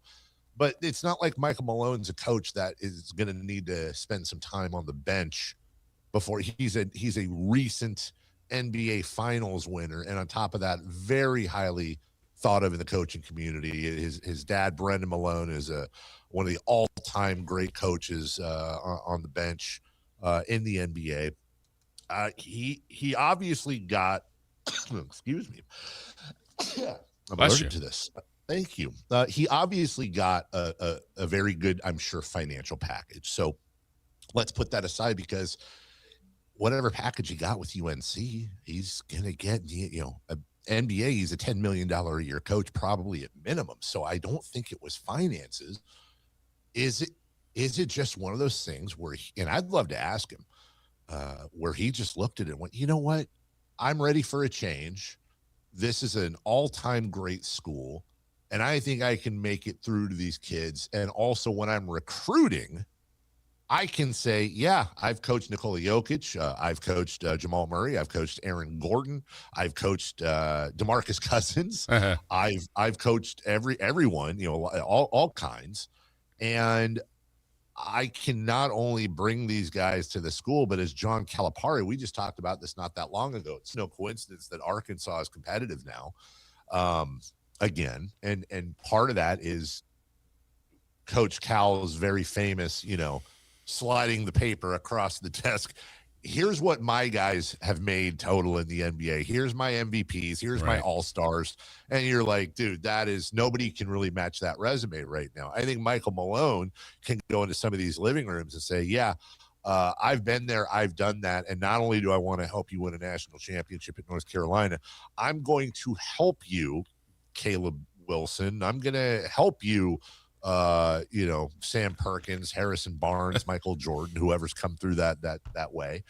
I'm going to help you become an NBA player. So it's surprising, but also makes sense. Yeah, and then the other part, like just the way the college game is now different. It is more of a business, and I wonder if he's going to run it more like a professional program in that sense. Like, look, we have NIL, we have money, you guys are getting paid. This is how we're utilizing it. We are going to be, when some athletes might go, well, I make this amount of money. I'm just bouncing. I'm going to the portal. I don't like your style. I'm going to take this money and leave, whatever. I think that's similar in some ways, to the NBA. I think, one, it's the challenge that I'm sure he wants. It's a prestigious program. The fact that he was willing to leave the NBA game, I think you're right, Dave. I think he would have been coveted by several people, but he's looking for a different opportunity. I don't think college is the same as it once was, where it's kind of like, I'm going to play for that coach and that program and, be taught how to be a man. Like, I think there'll be some of that happens at these places, but it's a whole different sport now, the way college basketball is run. And that point was also so epically good that we lost him. Okay. So for Michael Malone, I think I also saw maybe his daughter plays volleyball at Carolina. So maybe there's some connection there. I think what happens here, I saw a lot of people very critical of it, or, we are surprised, and that's so fine and so fair to be surprised about it. Now, to be critical of it, you can. Hasn't even started yet. But there were some people that went, well, North Carolina went to the NFL to take Bill Belichick, and look what happened in year one. I'm like, well, there is a similarity, but I think that's a completely unfair comparison. By the way, Bill Belichick is one of the greatest coaches of all time and still could turn out to be a very good college coach. It was his first year at Carolina. I think people wanted, a little bit, if you look back at Deion Sanders, remember his first year at Colorado? Started 3-0, everybody's going nuts, and I think they won 4 games. Got better the next year. You got to give, in fairness to these guys, some time to develop their program, develop their style, get their players in there. The problem is the current state of sports, you don't get a lot of time. And whether that's fair or not, it's just the reality. The coaches don't get a lot of time to change their programs around. Players don't get a lot of time to prove enough that, hey, can I have a bad stretch, a bad year, a bad season, a bad month, and not lose my job, not lose my status in the organization or in this college team? It's about results. That we get. Everybody knows that. But also along the way, kind of the process that, the program that you're building. And so this will be interesting to see kind of how Michael Malone wants to make this his, along with attaching it to the amazing legacy that North Carolina basketball has. And I think if Michael Malone, and he is a smart guy, I think if he were smart in this, he would really do a tip of the hat to the alums of North Carolina, specifically the North Carolina men's basketball players, bring them back, have them talk to the team a ton. And you're talking about historical great players that have gone through North Carolina. Obviously, if you can get Jordan on campus and around the basketball team, that would be great. But you got to give, Kenny Smith, Sam Perkins, James Worthy, these guys that have gone through that program that have a sense of gravity to their name. You bring them back around. You've got the Duke-Carolina rivalry. You've got a great program. You've got a program that is championship caliber, and you recruit that way. That's the part I want to see, too, is Michael Malone recruit. I know he's a very engaging personality. I'm a big fan of his. And I think if you could get the recruiting element, which is the pipeline to all of these college programs, recruiting is everything.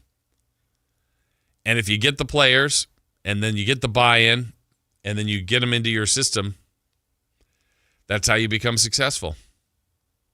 And I think Michael Malone will have every opportunity to do that with the Tar Heels. And, you know, we've got a lot of good college coaches out there. And now new coaches like Dusty May, who gets his first college title yesterday at Michigan. Hurley was going for a third. You got Izzo, you got Calipari, you got Bill Self. I mean, there's good Mark Few, good coaches all around the nation in college basketball. And I think Michael Malone is a good coach. And we'll see what kind of assistance he has around him. But I'm anxious to see what Coach Malone will do when he gets that opportunity at the University of North Carolina. So kind of wait in there. But the money in this sport has really changed it. And we'll see the transfer portal hit up here again, coming up again for these current athletes. And a lot of guys will jump into the college portal. They don't have to go just because you have expressed interest in going to the portal doesn't mean you lost that player, but they do have a wandering eye, and that should concern some. And some coaches will just tell you that. You go in the portal, we're done with you. That means you don't want to be here, or at least you're thinking about not wanting to be here. We're not offering enough for you. And goodbye. We'll see you later. All right, when we come back, the Kings have just 3 to go, including tonight, the Warriors, Friday the Warriors, Sunday Portland. We'll talk about what you expect there and kind of where we are with the standings of the Kings and the Jazz and those other bottom teams. We'll do that when we come back on Sactown Sports. The Kings play here, baby! Tonight, Kings and Warriors. Game night with Scott Marsh and the high flyer Henry Turner. Starts at 5:30 with tip-off at 7. Listen to your Sacramento Kings. On the official home of Kings basketball, Sactown Sports 1140. Pump up the volume. Business moves fast. Orders roll in, deadlines close in. When you ship with USPS Ground Advantage, you can keep up with confidence. Every package stays in our secure network from dock to door. And with nationwide reach, dependable tracking, and upfront affordable pricing, you get built-in peace of mind. You run the business. We run the routes. Visit USPS.com/Ground Advantage to learn more. Wesley Financial Group is not a law firm, and Chuck McDowell definitely not an attorney. This is Chuck. If someone talked you into buying something really silly and you want to get out of that silly little thing, my advice, get the facts. Call me and I'll send you our timeshare exit kit absolutely free. Inside, you'll learn how timeshare works and all your options for cancellation. Call Wesley now for your free exit info kit. 800-290-7100. That's 800-290-7100. When life calls for a little extra, a kitchen upgrade, paying off debt, or that dream vacation, Valley Strong Credit Union is here to help. With a Valley Strong home equity loan, you can tap into your home's value with competitive rates, flexible terms, and local guidance you can trust. Get approved in as little as 5 minutes, with funding in as few as 5 days. Your goals are within reach. Visit valleystrong.com to get your offer today. Valley Strong Credit Union. Grow your possibilities. Equal housing lender, NMLS number 456506. DQ presents the Blizzard Double Flip Deal. For a limited time, when you buy one Blizzard treat, you get a second for just 99 cents. That's 2 Blizzards, 2 spoons, 2 flavors, and 2 flips. So don't miss out on the Blizzard Double Flip Deal, available only for a limited time and happening now at DQ. Because the only thing better than a Blizzard treat is a second Blizzard treat for just 99 cents. It's a deal to flip for. The Blizzard Double Flip Deal. Participation may vary. This is the story of the one. As a procurement manager for a hospital system, she keeps every facility in her network stocked and ready. That's why she counts on Grainger to be her single source for thousands of products, from disinfectants to lighting, air filters, and more. And with fast, dependable delivery, Grainger helps her keep every facility stocked, safe, and running smoothly. Call 1-800-GRAINGER, click Grainger.com, or just stop by. Grainger, for the ones who get it done. When you take the time to shop at Folsom Lake Honda, there's one thing you'll always find. Happy people ready to serve you. As a family-owned and operated dealership since 2009, customer service is our #1 priority. Our customers love doing business with us, and you will too. Looking to own or lease? During the spring sales event, drive a brand new Accord or Civic. Visit us today at FolsomLakeHonda.com, your one-stop Honda shop. Folsom Lake Honda. Yeah, your one-stop Honda shop. Finding great candidates to hire can be like, well, trying to find a needle in a haystack. Sure, you can post your job to some job board, but then all you can do is hope the right person comes along. which is why you should try ZipRecruiter for free at ZipRecruiter.com/free. ZipRecruiter doesn't depend on candidates finding you. It finds them for you. Its powerful technology identifies people with the right experience and actively invites them to apply to your job. You get qualified candidates fast. So while other companies might deliver a lot of hay, ZipRecruiter finds you what you're looking for. The needle in the haystack. See why 4 out of 5 employers who post a job on ZipRecruiter get a quality candidate within the first day. ZipRecruiter, the smartest way to hire. And right now, you can try ZipRecruiter for free. That's right, free at ZipRecruiter.com/free. That's ZipRecruiter.com/free. ZipRecruiter.com/free. ZipRecruiter. Russell Peters, Relax World Tour. I go, my parents are from India. She goes, oh, India. See, I knew India. Indian people, you have a big eyes and long eyelash like a cow. Wow, wow, wow, wow. Saturday, April 18th, 8 p.m., the venue at Thunder Valley. Wow, wow, wow, wow. I didn't know what to do. I just tipped her and thank you, bye-bye, and I left. For tickets, visit ThunderValleyResort.com. Russell Peters, Relax World Tour.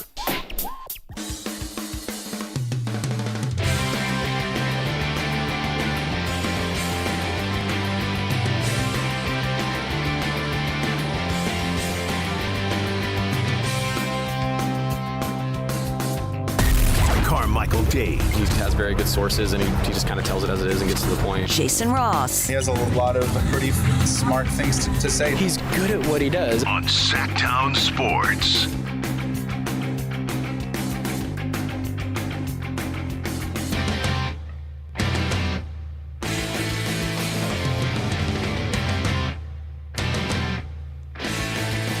All right, you may have just heard that commercial for Russell Peters. Well, how about right now we give you a chance to win a pair of tickets to see Russell Peters at the venue at Thunder Valley. That's coming up Saturday, April 18th. Tickets are on sale now at ThunderValleyResort.com. We will take caller number, we're going to go with number 4 again. 916-339-1140, 1-800-920-1140. Caller number 4, you will win a pair of tickets to see Russell Peters. That show is Saturday, April 18th. Again, grab your tickets for the venue out there at Thunder Valley at ThunderValleyResort.com. I don't know if they would like me to say this, but even if you weren't interested in going and checking out comedy, it's worth going just to check out the venue. Absolutely. And then all the other stuff Thunder Valley has to provide. I'm a big fan. Give it thumbs up. 2 of them. Multiple thumbs up. So we're getting our winners now. Again, the lines are full, so we'll get caller number 4 here shortly. So be ready for that. Again, 916-339-1140, 1-800-920-1140. We're efforting to get Dave back connected. Hopefully that'll happen here soon. But that gives us an opportunity to check in with JR. Good morning, JR. We thought you were one of the callers for the Russell Peters, but you're just calling to talk to us. I was just calling, and all of a sudden I win. I'm just a winner. No, you're not. You're not winning. We're not giving you those tickets. Oh, I'm just an American winner. I piss excellence. Yes, I'll tell you right now. Hey, I love the fact that Dave just is like a ghost. Yes. Comes in and out. Surprise! It's the only time Chris will ever win an argument with him. It's impressive. Every time we make great points, he disappears. He does. You know what? It's like my house when I argue with my wife. She wins Never every lost. time. Never lost. Yeah. Never lose. Whatever happened to the old bald dad? He kind of went away, didn't he? Yeah, he did. Oh, gosh. Hey, I love the fact that I'm trying to blank. I got a North Carolina job. Michael Malone, former Kings coach. Oh, my God. And that's what I think we all love. And then when he did in Denver and obviously the first NBA job, I think that's cool. However, North Carolina, it's all the coaches are like North Carolina grads, and the wives are North Carolina. There's a story. There's like 30 deep of coaches and executives that are all so they're all North Carolina graduates, and all their wives are. So there's 60 of them. Whoa. Yeah, read up on that. It's crazy. Like they've never went outside. So I think it's even a bigger story than people are giving it credit for, because going outside is huge. What if he brings DeMarcus onto his staff? Get in there and get rebounds. And if you don't, get a tee. That's right. I love Dusty May winning the championship too. Because how about that name, Dusty May? Doesn't that remind you like a senior citizen stripper?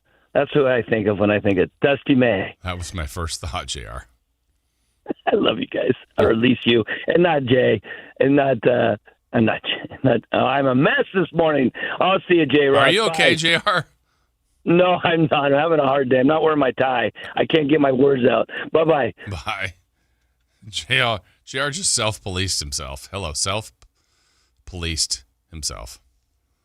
That was scary because I didn't hear any of that. Yeah, he was on one. He was all over the place, and he couldn't get things right.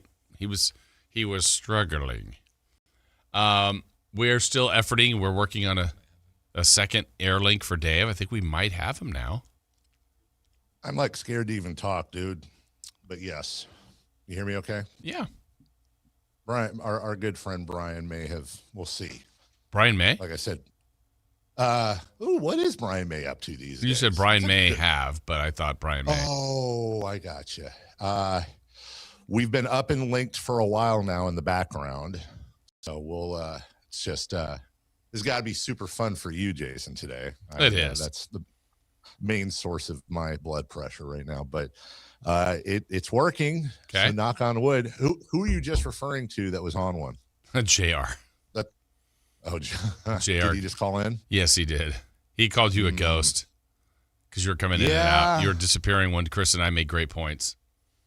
You guys did make that. Maybe that's my new bit now. Like whenever you guys make like really good points, I'll just be like, yeah, that's great. And I got to go. He's gone. Were we, Dave, you're in studio. We can see you. Why are you just... Yeah. It doesn't work. work. Were we talking about our Kings? Is that we haven't gotten there yet, but we can. We are finishing up on Michael Malone.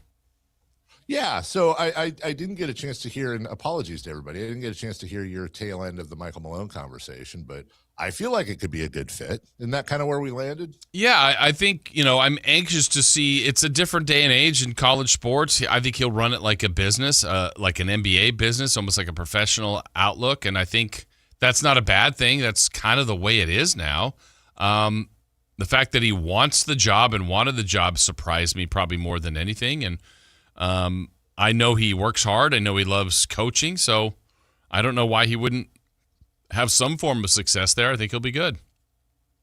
Do you think this is worth a try even? I think you do too, by the way. We have his phone number. Yeah. I'm not saying now. I'm not saying like I'm not saying cold call him. But I feel like we could reach out and ask him to come on, can't we? Like, sure. That's fair. Absolutely. He responds to text messages. Yes, he does. Usually a month or two. Last time I texted him was December 28th of last year. Okay. And he responded December 29th of last year. Oh, that's not bad. It's not bad. Yeah. Actually, yeah. That's actually really good. Not bad. That is really good for him. So I mean, he's going to want to talk about his new job. And honestly, where else would you rather promote the University of North Carolina than Sacramento? Hey, you're recruiting everywhere in the nation, so maybe he could be recruiting by coming on here. That's how I'll pitch him. I'll say, look, Mike Bibby and Brad Miller have, the greater Sacramento area down, on lock. But maybe there's some guys that just, they don't have room for. Yeah. And Slip through the cracks. Slip through the cracks and be one of those guys is listening to you talk about it, and you're kind of pseudo New York-ish accent. Never really nailed down Mike's accent. It's like a New York, Boston, and Chicago had a baby. Like, he's got some sort of thing to it. It's right. Am I wrong? Like, he has some sort of mini accent. Oh yeah, there's something there that I I've always liked him. I mean, I think he came in here as immediately a fan favorite, and even since he's departed, he has taken his shots at Sacramento, but I've always been a fan of his. I mean, I like him personally. I like that he had success. I thought it was remember how weird that firing was last year? It was like 3 games left in the regular season when they got rid of him? Yes. That was bizarre. Yes. Well, that was like, and then wasn't it just before that? Wasn't it Taylor Jenkins? Yeah, right? Memphis was like with 10 games left. Yeah. So we had two late season. It'd be like firing a coach this week. That's really what it would be in the NBA. But not even that. It wouldn't be like if it was from a bad team, you're like, we're going to give the interim coach, I don't know, a couple games. But this was a team that was going to the playoffs. Yeah. That was strange. And then he's just sitting here. What did he even do this year? Was he was he doing TV? He was. Yeah, he was doing some games. He was doing some studio work.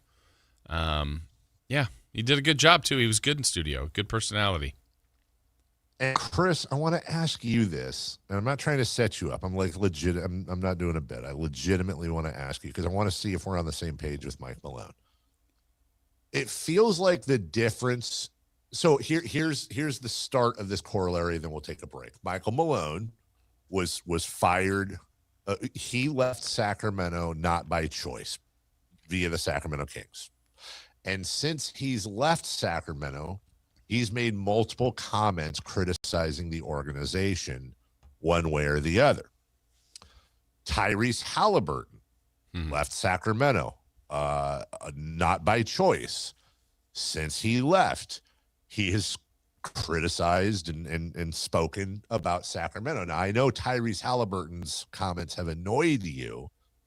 If I am to believe, and I do, that Michael Malone's comments have not annoyed you, is it because of how he went out and the fact that it feels like his comments, even though negative on the organization, is it because it seems like they're out of love for the fans and love for the city, wanting the city to do well? I feel like there's a difference there. I can't put my finger on it. Well, one, Michael Malone didn't cry like a baby in every interview saying how much he wanted to stay in Sacramento. Maybe he did privately. He might have privately. And then I would say good for him. But like he's one of the guys that is just like, and you can understand this, like, I do not like the people that fired me, but at the same time, I love the people in that city. Like, he's made that abundantly clear in all of his interviews. And Tyrese hasn't, or it's just more about Michael Malone isn't dancing in people's faces after every shot made by the Nuggets. That's true. Maybe he is internally, though. Maybe he can't dance. What if deep down Michael Malone is actually more petty than Tyrese Halliburton? He just hides it better. He might be. We'll never know. All right, we'll take a break.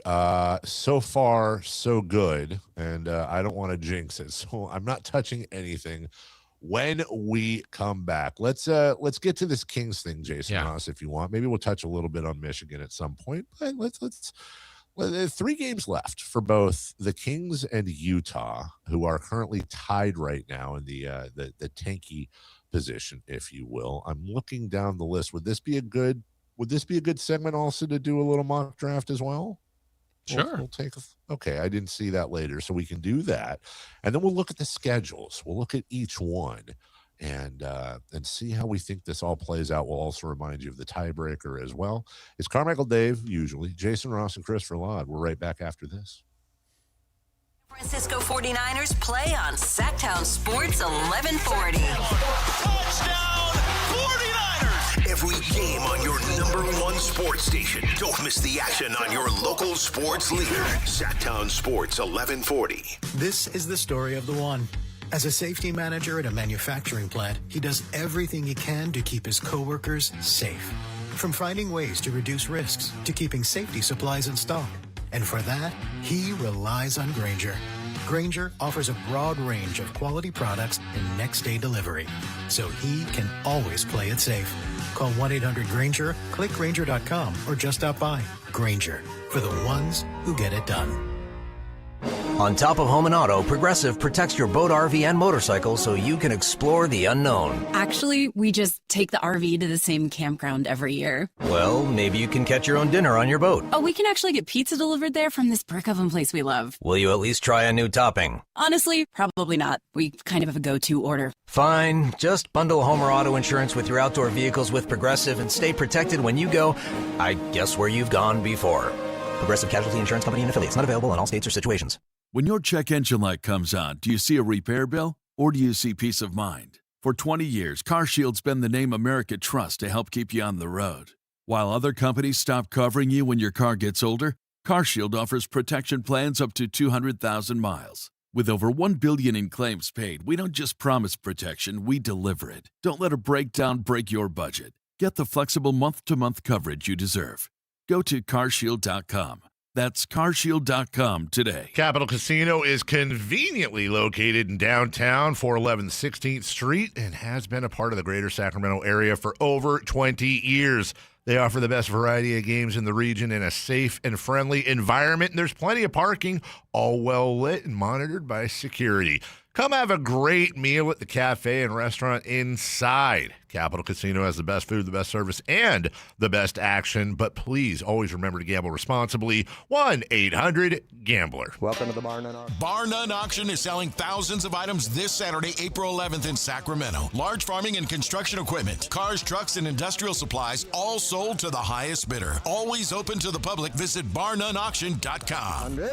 KHD 1 Sacramento, KYMX HD3 Sacramento. From the Power Business Technology Toshiba Studios. This is Sactown Sports 1140. The Carmichael Dave Show. He's on the microphone when he's not on the microphone. He's playing a song, and when he's not playing a song, he's on the microphone, and then boom. With Jason Ross. No, he didn't. Yes, he did. Call or text at 916-339-1140. It's the Carmichael Dave Show with Jason Ross on Sactown Sports.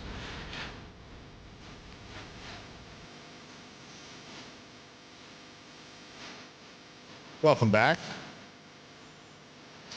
I think. Second half of the program. Carmichael Dave, Jason Ross, Christopher Lod. Your phone calls at 1-800-920-1140. Your text at 916-339-1140. I'm being very careful here because I cannot see Jason yet. I just see the "we'll be right back" screen, so I'm assuming. Hi, Jason. Hey, Jason. How you doing? I'm good. How are you? Is it just me, or does it seem like this show is flying by? Okay, I saw the look.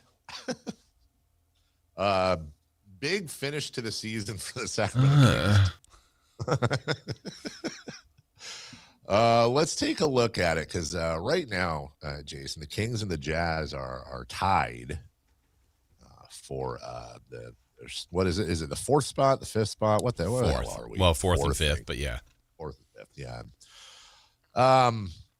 Trying to now, according to Jason, and I agree with him, unless something's changed, the tiebreaker is a coin flip. I feel like there's got to be a better way. Something fun. Can we have a playoff? Nah, the players don't care. Can we have? What about the owners having like an own off? Arm wrestling. So, well, I don't think that work out for us. But well, then again, who? Oh, wait, isn't it some like 42-year-old dude that owns the Jazz now? Yeah. I'll bet you. You know what though? You know what? I'll bet you if we were doing like physical challenge, this is like in Billy Madison, right? Where if it was Vivek versus, I think the guy's name's Ryan something for the tiebreaker. I don't know this, but I would bet there's a decent chance, even though I think this guy's got Vivek by at least 20-ish years. I'll bet you Vivek can run along there. Vivek seems to me like a jogger. You think so? I feel like, well, he's every time he does like an Instagram-y thing or something, he's like, he did one last week, and he was getting ready to play tennis. Yeah. I think he's got a tennis racket in his hand or something. I feel like, you know what? Maybe I'm wrong. And in fact, do me a favor. I know Kings people listen. If somebody, I'll keep you anonymous, but just if you're listening, text me if I'm on the right track. I could see Vivek. I honest to God think Vivek could run a mile with zero problems. Doesn't he seem he's in good shape? Oh yeah, for sure. So doesn't any and you know, I'm not saying he's like 80, but I'm saying for his age, he's not 30. Right. He seems like he's fairly athletic. I think he's a jogger. I think Vivek's a runner. So I think we put him up against whoever this 40-something-year-old tech. It's got to be a tech thing. Nobody's 40 and a billionaire from anything but, you know, whatever.com. Yogurt shops. Yeah, thank you, Jason. There's no billionaire 40-year-old yogurt moguls out there.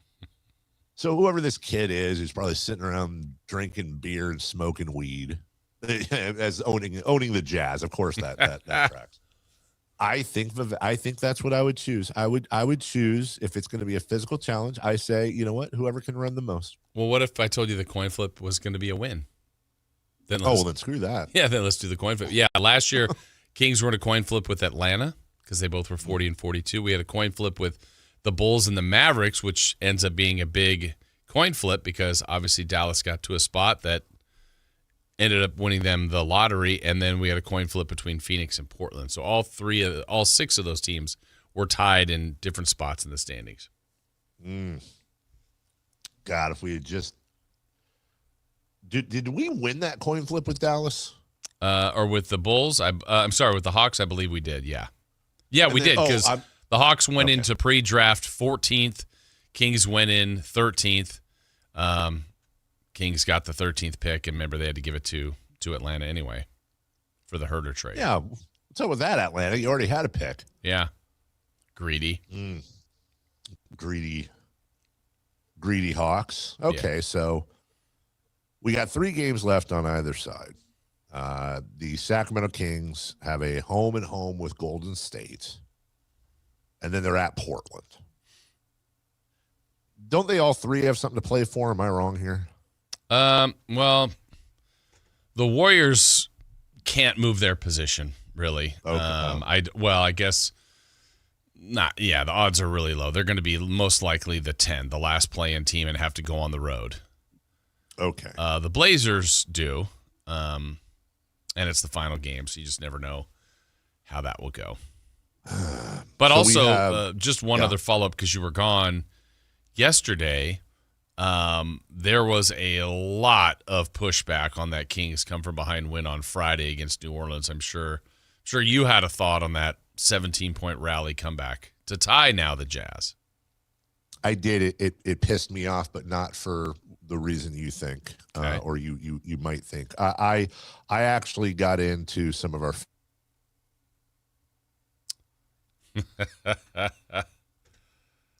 Now maybe he was going to make a great point. What? Oh, you went away for a second. Oh, sorry. Am I back now? Yeah, this is literally how you heard it. He goes, yeah, you said, yeah, I actually got into a point with our and then it went away. You know what sucks? I think it's about to go away, dude, because I'm establishing connection right now, but you can still hear me? Yep. Okay, we'll just keep running with it then. I didn't like the way some of our fans were making fun of some of our fans for being happy about that. Yeah. Like I posted a clip. I'm sure you saw it. It was Cardwell's block on Zion. And the crowd pop, maybe it wasn't Jazz level, but it was a pop. Right. A big crowd pop. And I said something to the effect of, no matter the situation, Kings fans are undefeated. We whether we feel like it's tank land or not, the crowd is always there. They're always loud, and you're not going to get this too many other places. And a lot, not some, Jason, a decent amount of the responses were, well, because they're sheep. Like, how dumb are you? Like, listen to these moron fans cheering over a meaningless, a block leading to not even a meaningless win, a win that's going to hurt the franchise. And that's where I get off the train, dude. You still there? Yeah. Okay. Nobody understands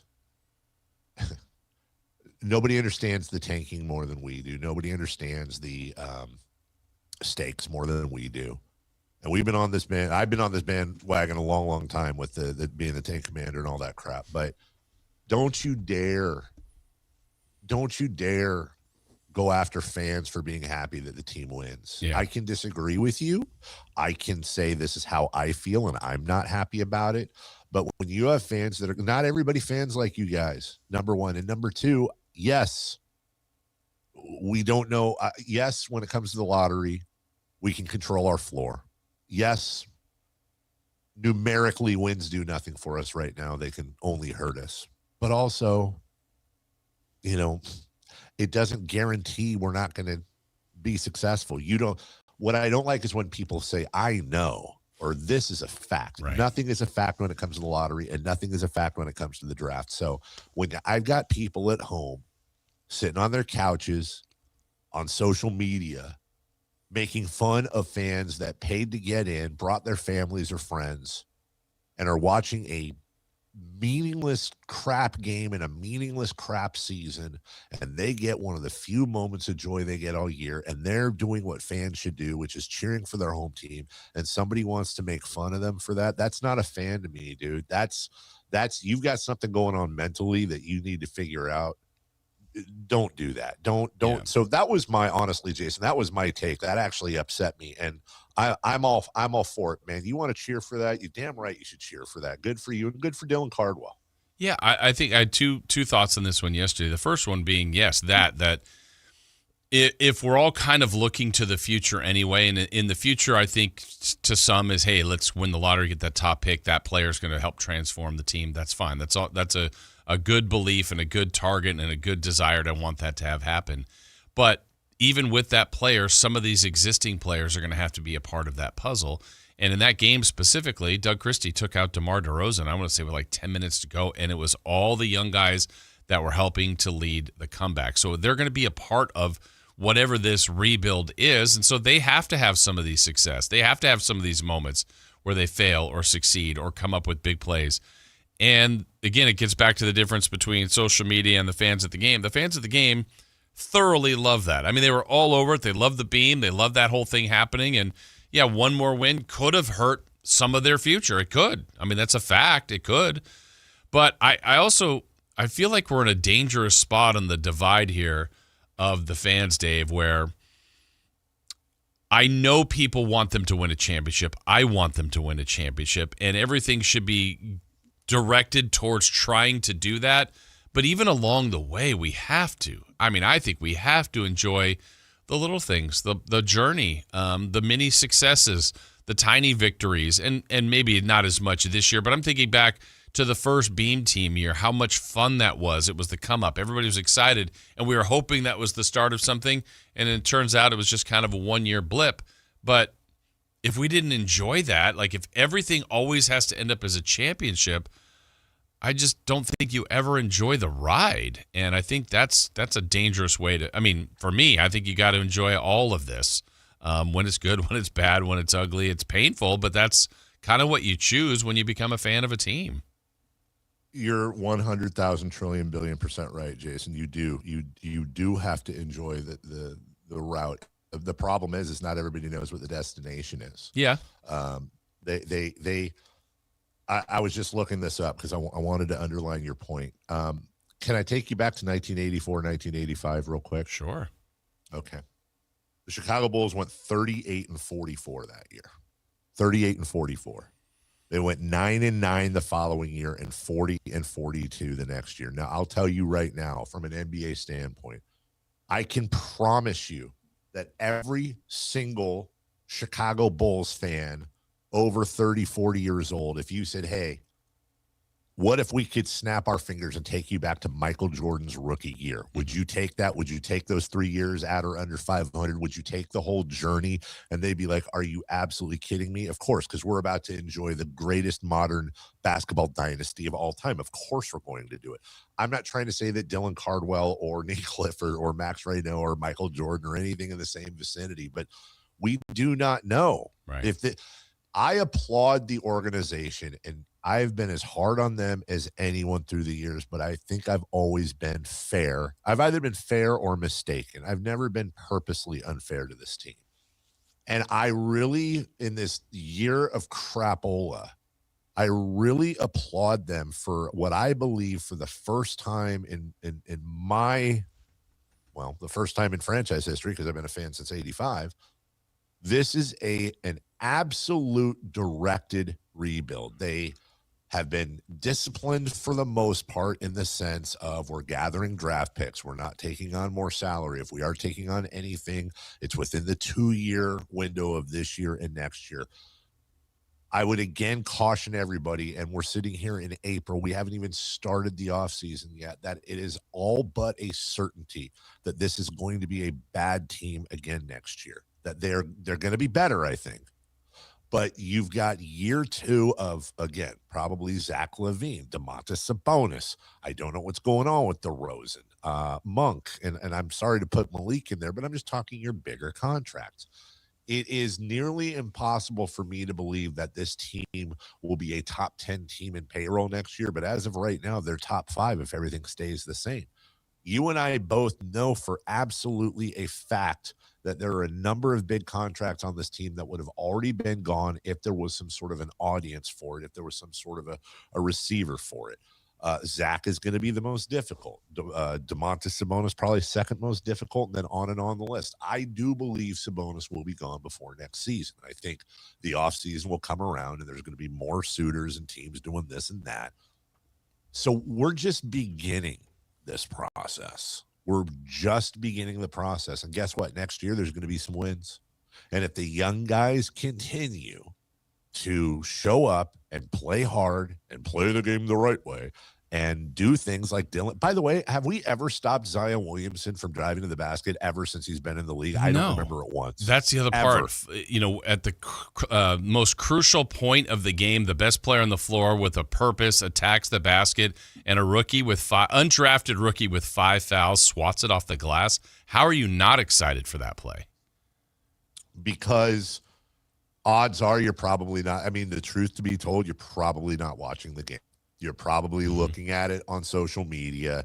You're probably glancing at the scoreboard, and you're seeing the verbiage without content. Now, listen, I these are also sort of my people, so I don't agree with what they're saying. I fully understand where they're coming from, and I do believe there's a difference there. Of course, I understand they want to lose every game. So do I right now. They want they want the best odds for a draft pick. So do I right now. Yeah. We want that, but you have to allow. It's not like DeMar DeRozan was out there scoring 50 and blocking shots, or Russ Westbrook, or any of these vets, dude, or Zach LaVine was getting 50. It was, as you said, an undrafted rookie with 5 fouls went in and met Zion Williamson at the hoop in a position and a style of play that we have been begging for years. Real rim protection, and he did it. Yeah, and you know, it's funny, too. Yesterday there was a piece in The Athletic, I think it was John Hollinger, talked about the tanking 9 and how bad it is. And I go, I want to see, because what's funny, my opinion is, and there's a portion of Kings fans out there that are mad that they've won enough games, they're not doing this right. They're not tanking.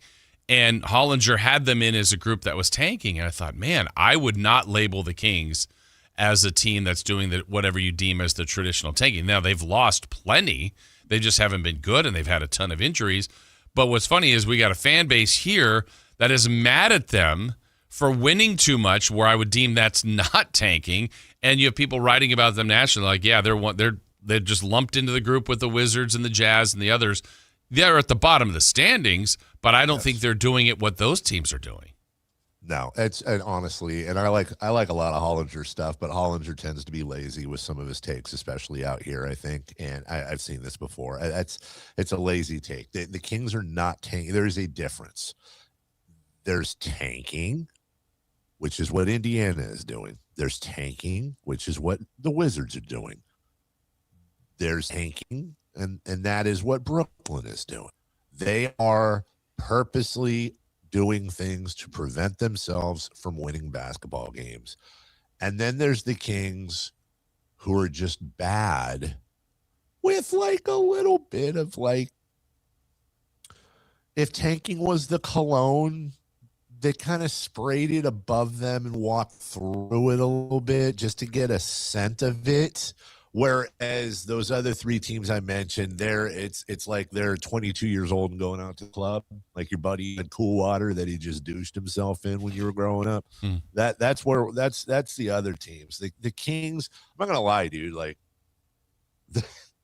oh, hold on, this just in from my. I have a breakthrough text from my mother, Jason. Oh. And normally I would just look at it during the break, but Hi, honey.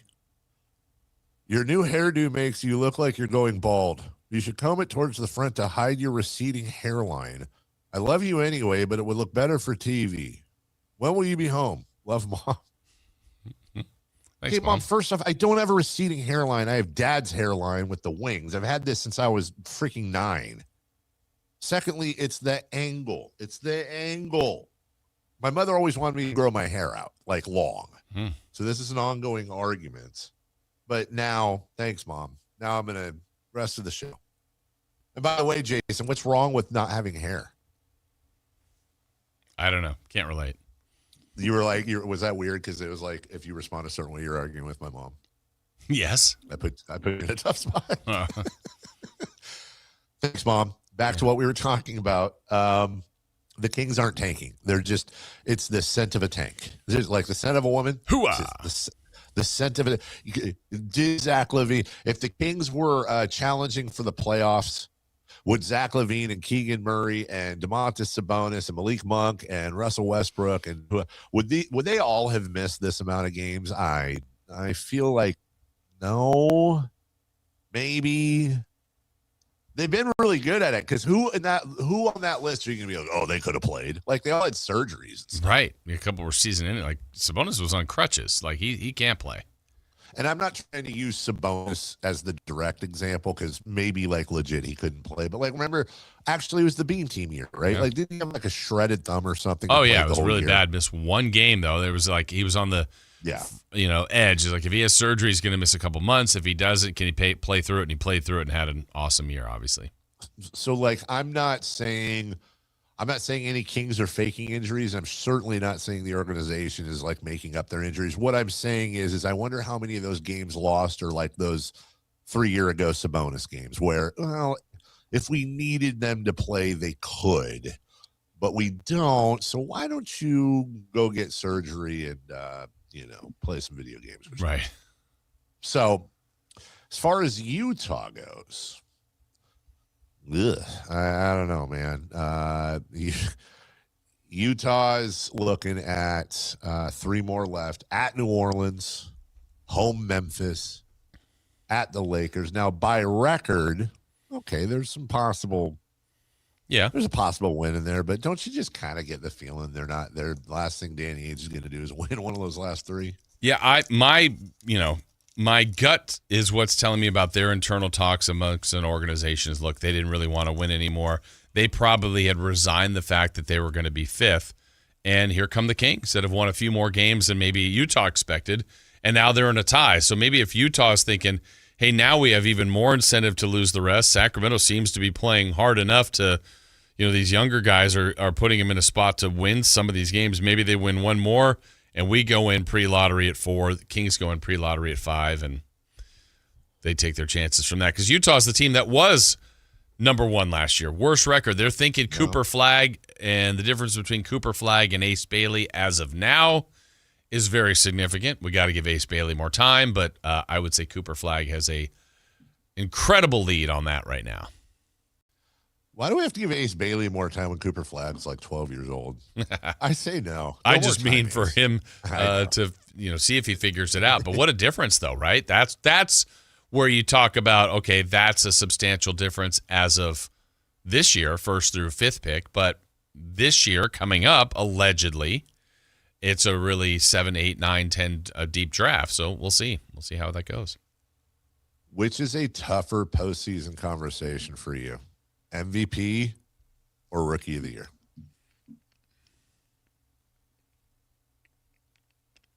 I think MVP. Yeah. Does that have anything to do with the stakes and the status of the award, or do you honestly, are you saying no, it's a more difficult decision for MVP than it is for Rookie of the Year? Yeah, I think it is a more difficult decision for MVP. Yeah. Is Flag, who is your Rookie of the Year? I would pick Cooper Flag. I don't want to deny Con Knippel's been great. He set records. He's on a winning team that's going to go to the play-in, maybe the playoffs. But to me, Rookie of the Year is less. That one, to me, for whatever reason, that one's kind of graded different. That one feels like it's all stats. Yeah. Because it does, if you're on the first place team and have less stats, you don't really get any credit for that. It's just, hey, you're on a great team already. He's helping them. Whereas if you just come in with gaudy stats out of their Rookie of the Year, I don't care that they won 8 games. If there was ever a Jason Kidd Grant Hill year, it's this year. Yeah, I'd be fine with that. And they're, former teammates at Duke. That'd be fine. I don't like ties. Wow, where'd that come from? Jeez. In games. Oh, I gotcha. Yeah. Why don't we just give everybody a trophy? I think Cooper Flagg's your rookie.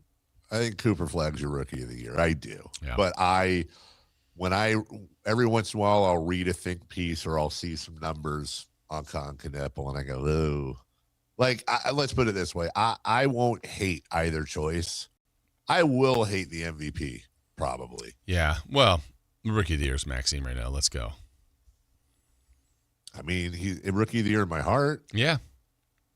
Rookie of the year in my soul. That sounds like the name of a Disney movie that came out in 1993. Rookie of the year in my heart? Yeah. MVP of my heart. Starring Ricky Schroeder. No, that's too old, huh? Who would it have been? John Stamos. John Stamos. Christina Applegate. Mm-hmm. And special guest star Charlton Heston as the old grandpa. I thought you were going to say Charles Nelson Riley. But like at the end, it says like, and Charles Nelson Riley as grandpa. Mm-hmm. That was always how you signed him off. All right. Well, I don't hate anybody for anything. And Harry Morgan. Guys, wait, how long do we have here? Hey, Chris, we got a break, huh? Yes. Oh, wow. Disagreement. All right, we'll take a break. Jason's going to talk about Gonzalez Law in the next break. I want to pre-promote that. When we come back, the night in the NBA, and also, guys, I completely forgot to talk to you about one of the goofiest fast food experiences I had over the weekend when I was across the pond. Kentucky Fried Chicken, you got some explaining to do, man. We'll talk about that next. The only place you'll find Keegan Murray is Sactown Sports. Out to Keegan Murray, straight away for three, and Keegan knocks down the triple. Hey Sacramento, it's Keegan Murray, and you're listening to the home of Sacramento Kings, Sactown Sports. Your local sports leader. I'm Ed Evans, CEO of Consumer Cellular. You know, the big wireless companies say they have discounts for people over 55, but unless you're willing to sit on hold and ask, you're probably paying more than you should. At Consumer Cellular, there's nothing to hunt down. We're built for people 50 plus with plans starting at just $20. And our 100% US-based customer service actually answers the phone. Call 1-888-FREEDOM or visit consumercellular.com today and get your second month free for a limited time. Taxes, fees, and other third-party charges will apply. See website for additional details. This message comes from Viking, committed to exploring the world in comfort. Journey through the heart of Europe on an elegant Viking longship with thoughtful service, destination-focused dining, and cultural enrichment on board and on shore. With small ships that bring travelers closer to the destination, there's more time to explore. And every Viking voyage is all-inclusive, with no children and no casinos. Discover more at Viking.com. Welcome to the Bar None Auction. Bar None Auction is selling thousands of items this Saturday, April 11th in Sacramento. Large farming and construction equipment, cars, trucks, and industrial supplies, all sold to the highest bidder. Always open to the public. Visit barnoneauction.com. Sunday baseball just got way more fun. Join Dinger's Kids Club with the Sacramento Rivercats. For just $35 all season, kids get a ticket to every Sunday Rivercats home game and tons of fun all season long. Sign up today at rivercats.com. Country in the Park is back. May 8th and 9th at Cal Expo. Miranda Lambert, John Party, Chris Young, Turnpike Troubadours, Dylan Scott, and more.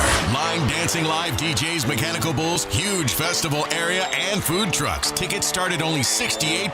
Country in the Park, May 8th and 9th at Cal Expo with N&S Tractor and Case Construction and Courtyard by Marriott Sacramento Cal Expo. More info at CITVFest.com. When life calls for a little extra, a kitchen upgrade, paying off debt, or that dream vacation, Valley Strong Credit Union is here to help. With a Valley Strong home equity loan, you can tap into your home's value with competitive rates, flexible terms, and local guidance you can trust. Get approved in as little as 5 minutes, with funding in as few as 5 days. Your goals are within reach. Visit valleystrong.com to get your offer today. Valley Strong Credit Union. Grow your possibilities. Equal housing lender, NMLS number 456506. Card collectors know there's nothing as special as a rare one-of-one card. And now you can hear a very rare one-of-a-kind sports card show right here on Sactown Sports. Whitey Gleason here inviting you to join me and Mr. True Sports Cards himself, Imran Pilati, for the True Sports Card Show every Saturday morning at 10 on Sactown Sports. It's the only sports card radio show in the nation. For all your hobby needs, get to True Sports Cards, 6661 Stanford Ranch Road in Rockland. And for hobby, insight, and fun, join us for the True Sports Card Show Saturday mornings at 10 on Sactown Sports.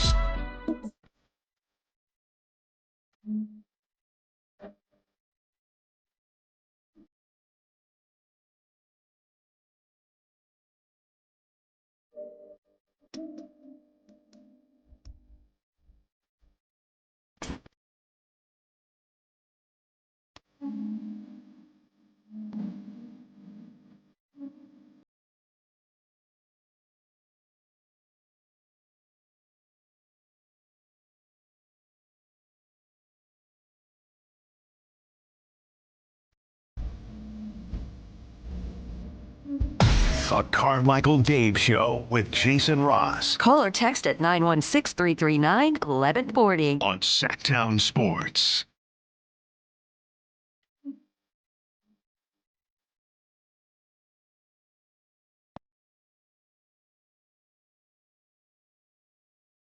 Oh, There you are. all right, Dave, Jason Ross. Hey, there you are. No, you're right there. Don't look behind you. No, you're right there. Right by the sleep train whistle. Shout out Dale Carlson. I want to hear about your fast food experience. Dude, it wasn't great, man. Now, I've talked before, and to all our English listeners, you know I love.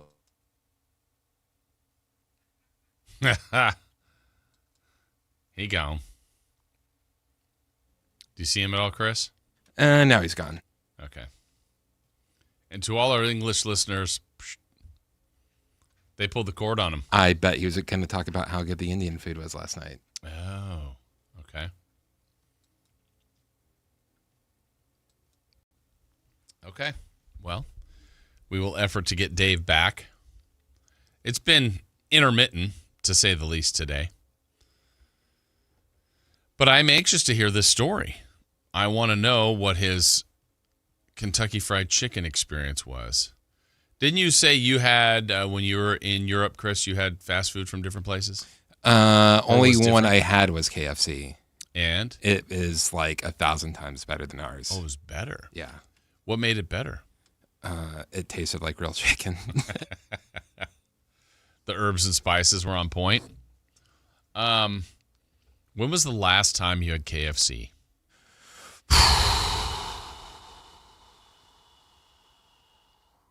Jeez. Probably during the Bush administration. Which one? The last one. Okay.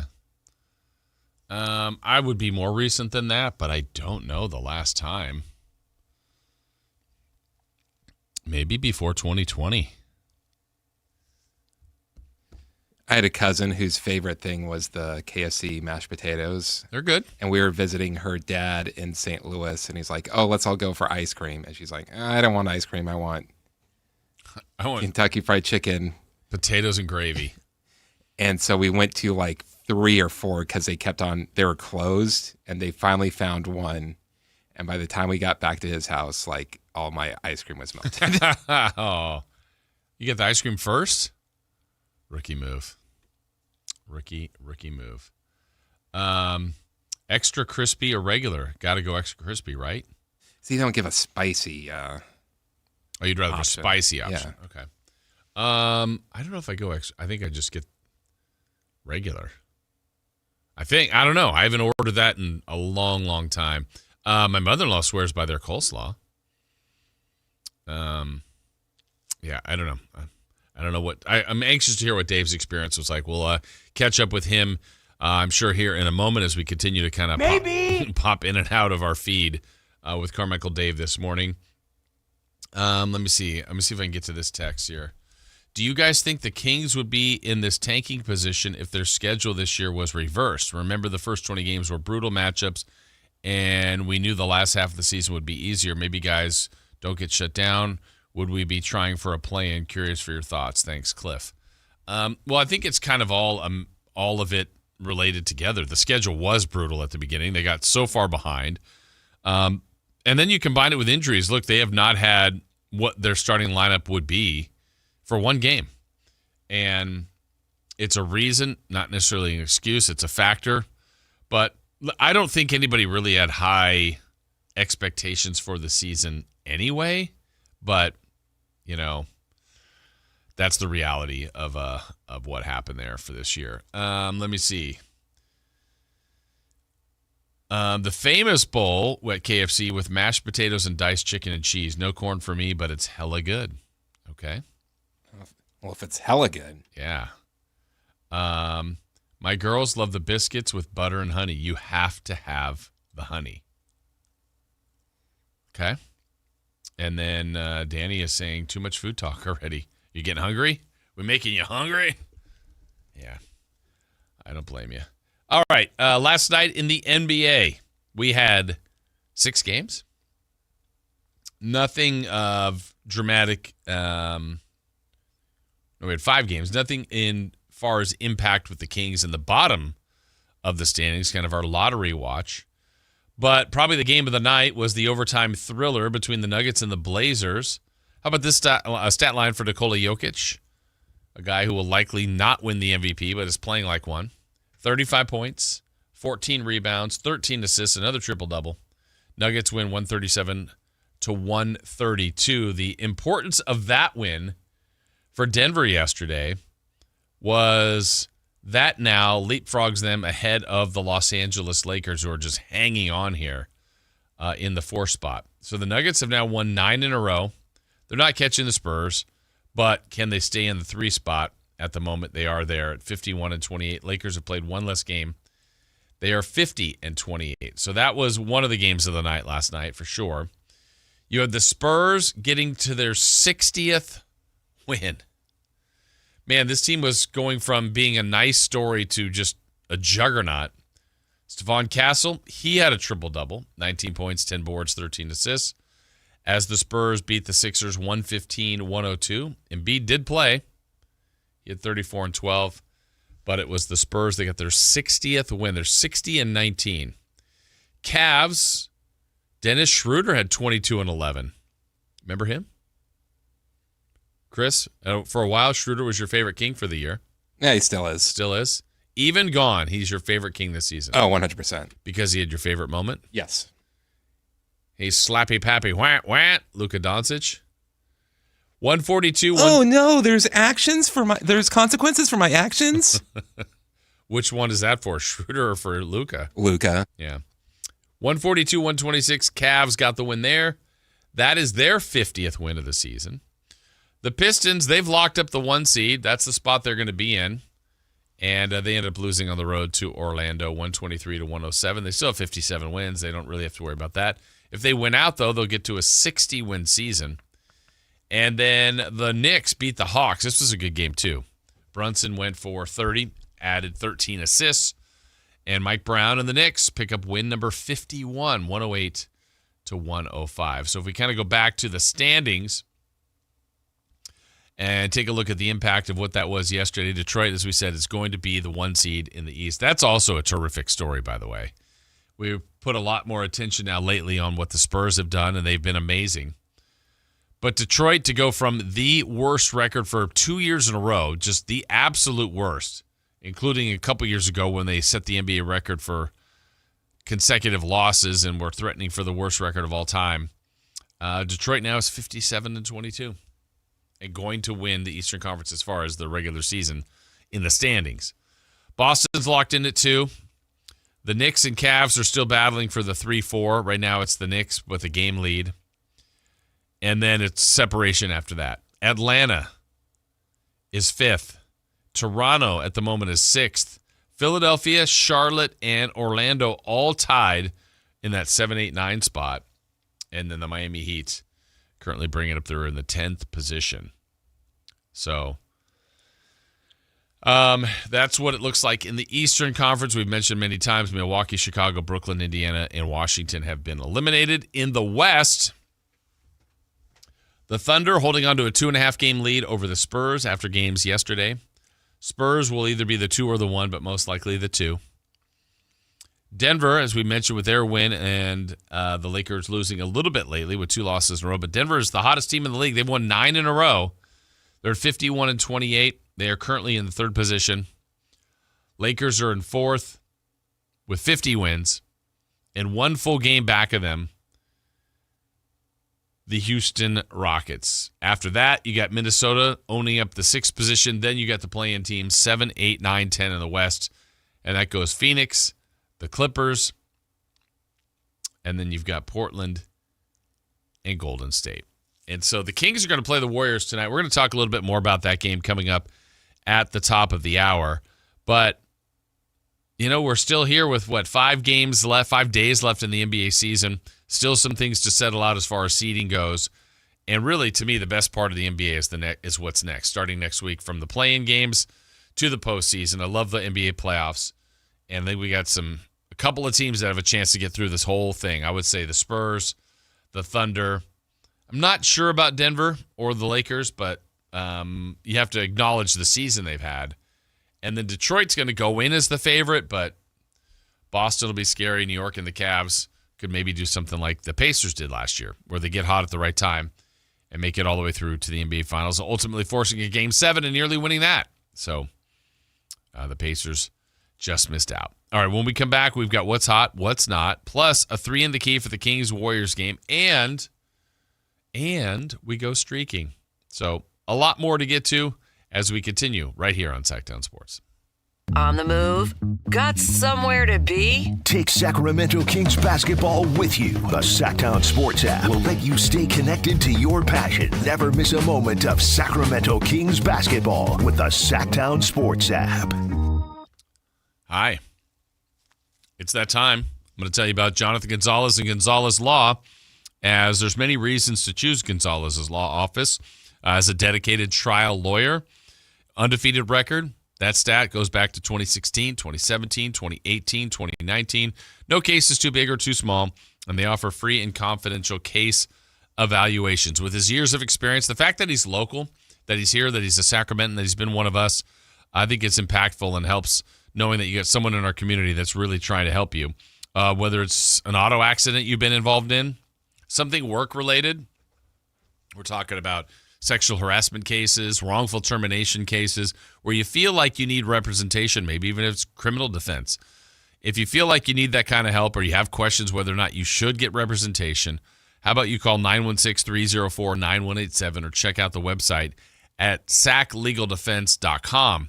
Now, also, you may find yourself in something that's on your record that you'd like removed from your record. He has specialized in that. It's called an expungement, and that'll help you get your life back in order, get your life back on track, get some of those Second Amendment rights back. That's the kind of thing we're talking about with these expungements. But it's Jonathan Gonzalez, Gonzalez Law, saclegaldefense.com, 916-304-9187.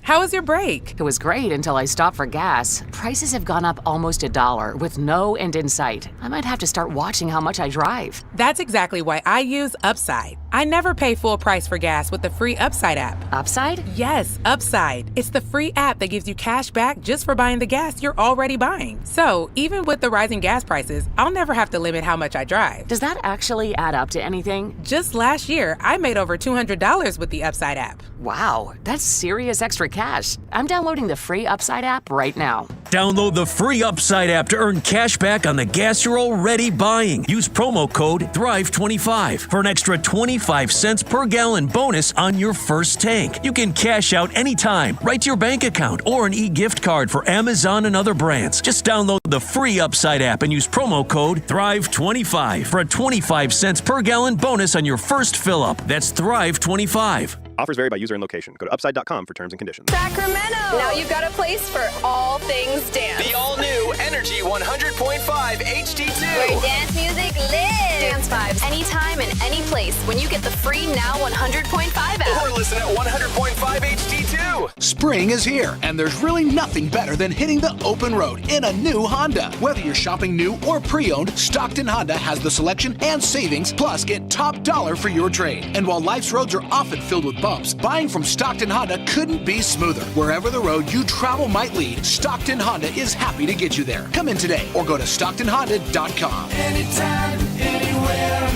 it's all here. StocktonHonda.com. What's hot? Yeah, hot.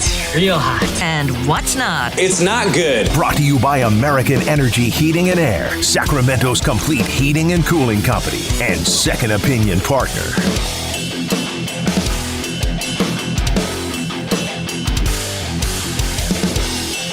Hey, Chris. What's up? I would like you to say and answer this question if you can. Who's hot? The Big Ten. Yeah?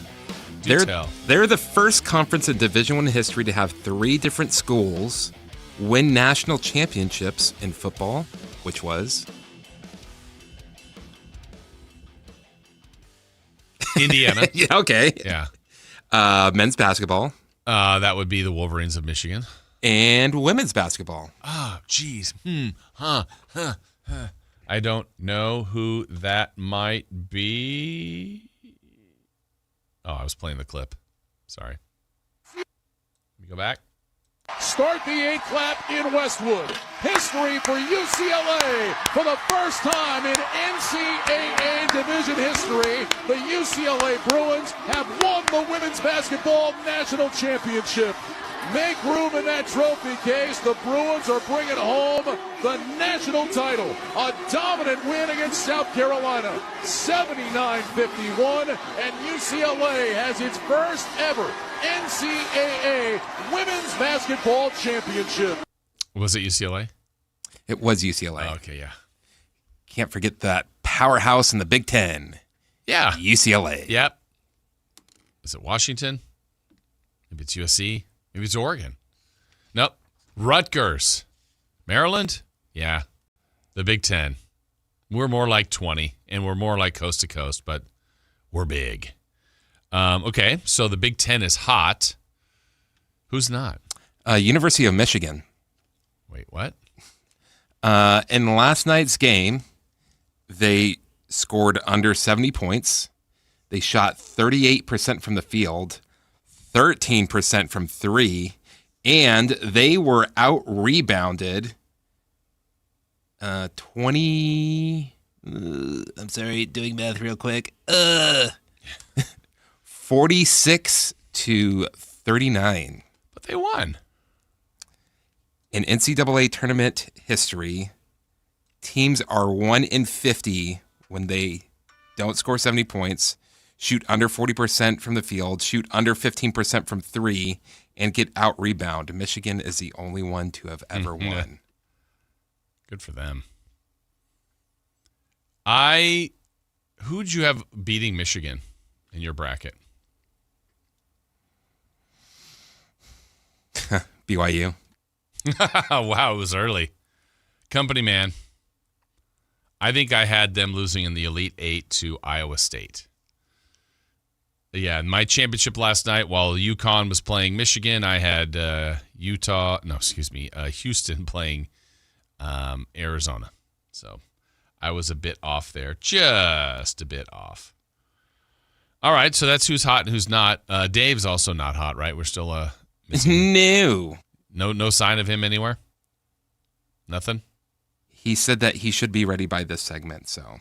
By this segment? Yes. The one we're in? Mm-hmm. Okay. Is he ready? No. Oh, okay. Next up, we have to do, let's do 3 in the Key. Ready for that?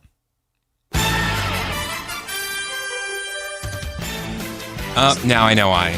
He didn't have a song ready? He didn't have a song ready. Yeah, I figured he didn't. Kings and Warriors tonight. First of 2 matchups. They're going to play again Friday at G1C. Okay, fine. You can keep your small-minded podunk town with no culture and an average Chinatown at best.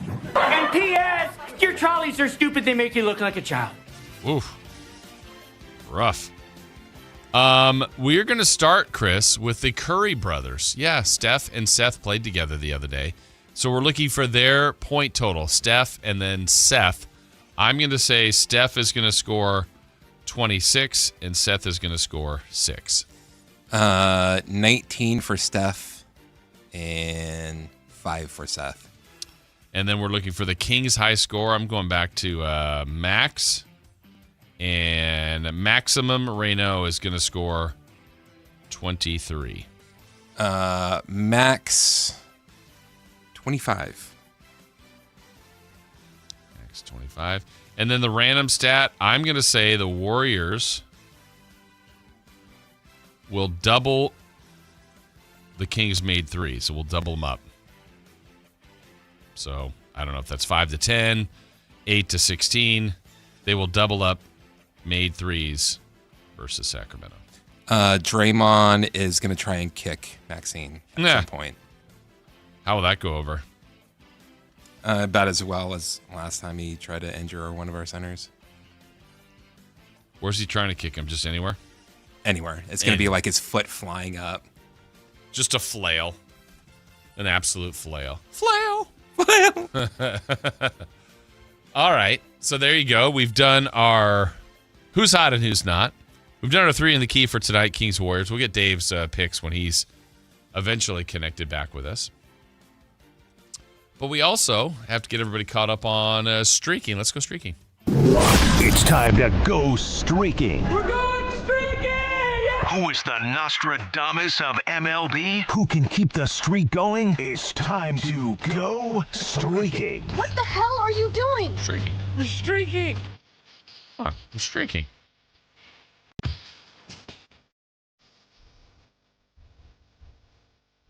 And let's see how we are streaking. Let's start with Carmichael Dave. He was at 2 with hitting streaks with Bobby Witt Jr. and Juan Soto. And he took from the Giants. His struggling San Francisco Giants, Rafael Devers. Devers got up 4 times, and Devers got 0 hits. Boo! You suck! Sorry, it's over. It's over now. It's over. Over, ladies and gentlemen. It's over. Over. So Dave goes to 0. I was at a gaudy 1 with Jacob Wilson. Yesterday I went with Pete Crow Armstrong of the Chicago Cubs.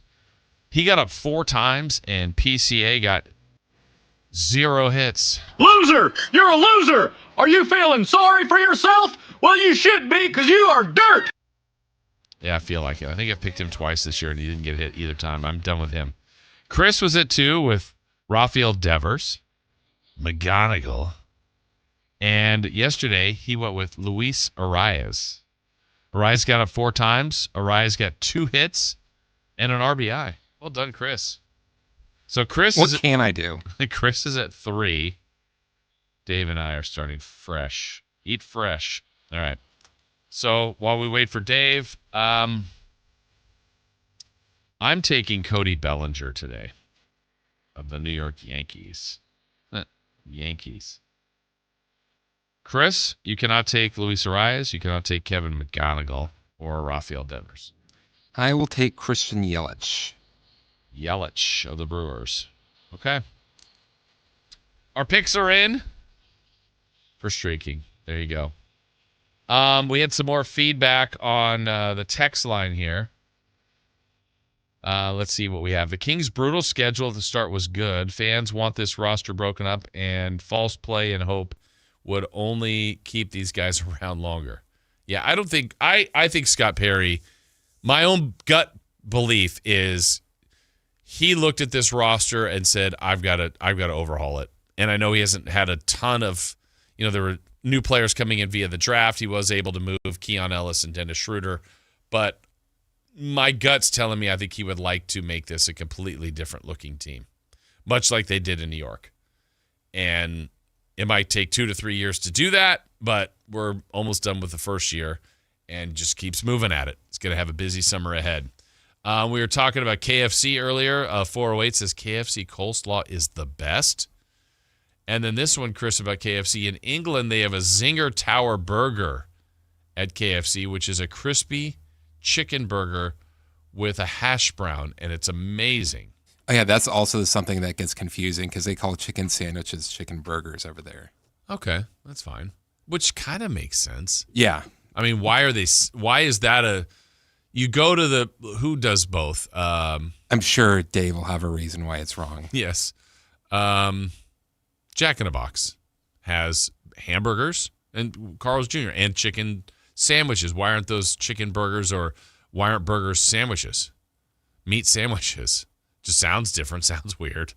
But yeah, what makes a burger? Right. And where's the ham in that burger?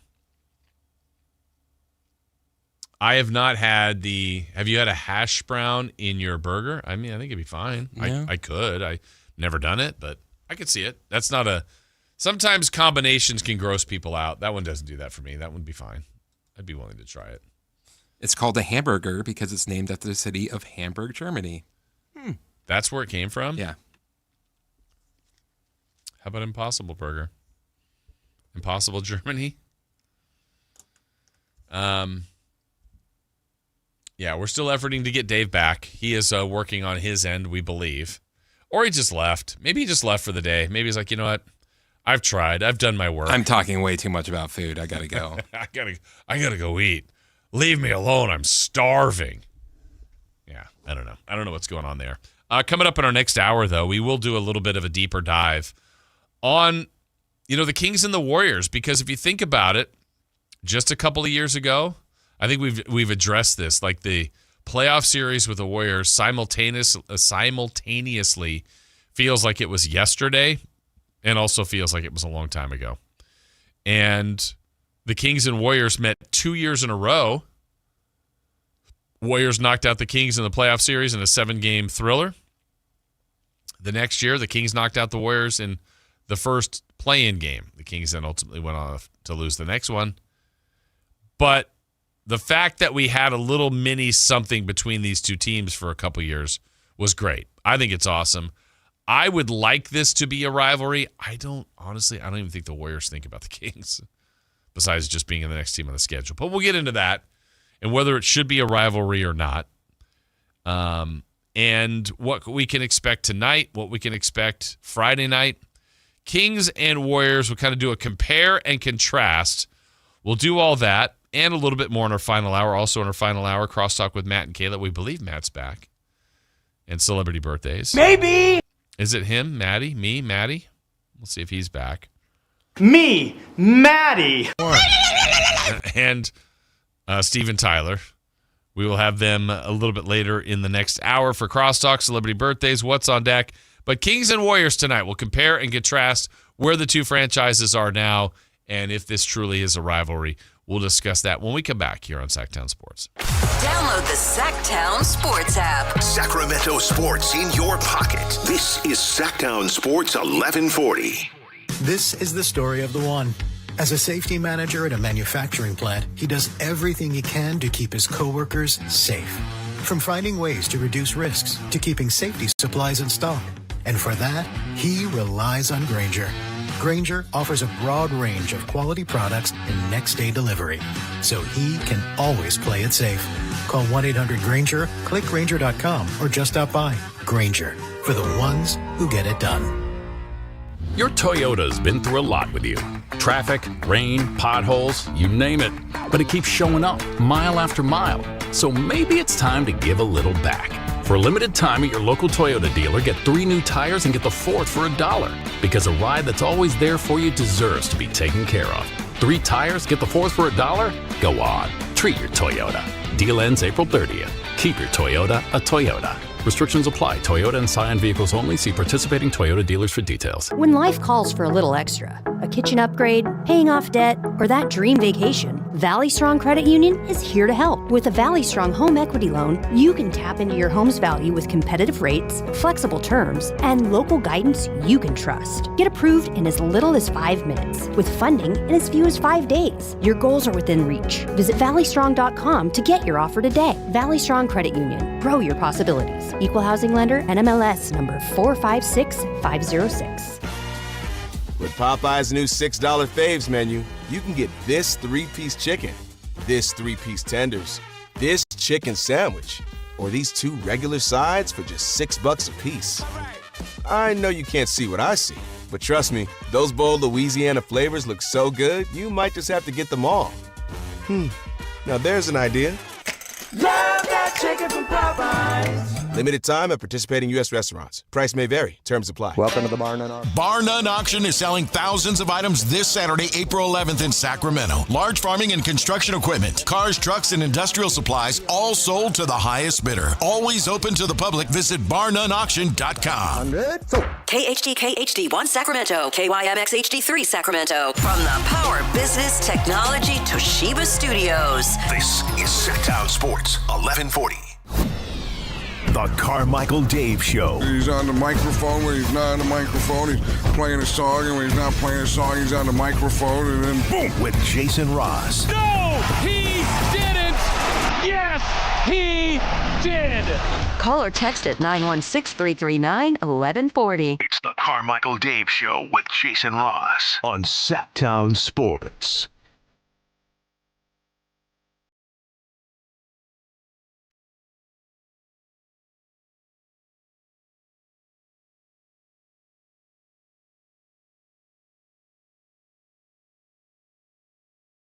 All right, final hour of the show today. I think we were making some sort of progress with Carmichael Dave, but we'll see. Nothing yet. Working on connection issues and different things there. But as we get to the final hour, we know we have Kings basketball tonight. I'll be back for that later this evening with the high flyer and return to the G-Man, Gary Gerald. I want to take you back because tonight is Kings and Warriors. And of the 41 years in Sacramento that the Kings have existed here, one of the crazy stats I thought going for a long time was the Kings, until this last time in the playoffs, had made the playoffs 10 times, which isn't a very high percentage, but 10, let's say, of around 30, it was like 35 years they'd made it 10 times, something like that. And in those 10 years, they had never made the playoffs the same year that the Golden State Warriors made it. So when the Kings were good, the Warriors were bad. When the Warriors were good, the Kings were bad. And so finally, we had not only the first time ever that both were in the playoffs, but they matched up with one another. The odd thing is the Kings were the 3 seed. That was the Beam Team year. The Warriors were the 6 seed. Now, we get caught up in seeding, but let's remember the Warriors won like 2 less games, so it really wasn't like dramatic difference. I think it was 48 versus 46 wins. But I do want to take you back because for longtime Kings fans, and certainly Kings fans that have been fans for maybe, let's say, a decade or so, this was a pinnacle moment for Kings basketball. It was finally breaking the drought of the long-time streak of not making the postseason. And here they were with a chance against the Warriors of all things. And this is Steph, and this is Steve Kerr, and this is Clay, and this is Draymond, Wiggins at the time, and a team that, was not that far removed from winning multiple championships. But just take a listen. This is just a couple years ago. This is game 1. We have it listed as Kings intros. I'm just going to start this and see if this one, I want to get to a highlight here, but here's the Kings intros from that game. 3 playoff games earlier today. Yeah, that's me. Sixers take a 1-0 lead, 121-101 over the Nets. It's the Celtics beating the Hawks, 112-99, and the Knicks beat the Cavs, 101-97. Our game, Kings and Warriors with a call. Here's the G-Man, Gary Gerald. Well, our starting lineups are presented by Clean California. Steve Kerr has won Golden State as a player, 4 of them as a coach. Scott Moak getting ready to introduce the Kings starting lineup. We're just going to sit back and savor and embrace the moment. The house lights are down. The purple glow sticks are absolutely amazing. Extra lasers have been added. More pyro is in store. And now, let's listen to Scott Moak. Crank it up.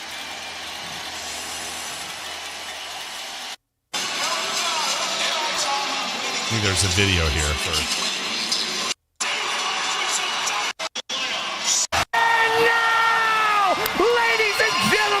It is that time to meet tonight's starting five for your Sacramento Kings. Running the points from the Kentucky Wildcats, 6'3", number 5, De'Aaron Fox.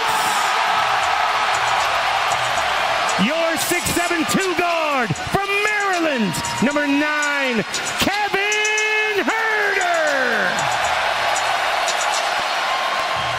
North Carolina, out forward, 6'8", 40, Harrison Barnes.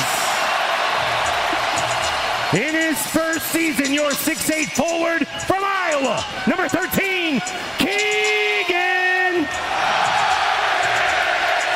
And at center, 6'11", from Gonzaga, number 10, Domantas Sabonis. All right, so that was just a couple of years ago. First off, great job as always. I mean, what else would you expect from Scott Moak? Incredible work there. Fox is gone. Herter's gone. Barnes is gone. And we didn't get a game. One game this year where Sabonis and Keegan Murray played together. But that was just the intros. Let's take you to game one, final sequence, game on the line. Here's how it sounded. You couldn't ask for more drama in the opening playoff game. Inbounds pass to Curry. He turns, he wheels, he fires, he misses. Barnes with a rebound, and Sacramento has won game number 1. After 17 years without a playoff experience, they have risen to the occasion. They were down by 10, not once, but twice in the third quarter, and they battled their way back. They took a 1-point lead into the fourth. They opened up a 6-point advantage at 122 to 116. They hung on as the Warriors fought their way back, and Sacramento gets the victory. The final score is 126 to 123. And let me tell you, if you can't sense it, if you can't feel it through the radio, this place is absolutely nuts. G-Man, classic G-Man. Phenomenal call. Gives you goosebumps just listening to it. That was game 1.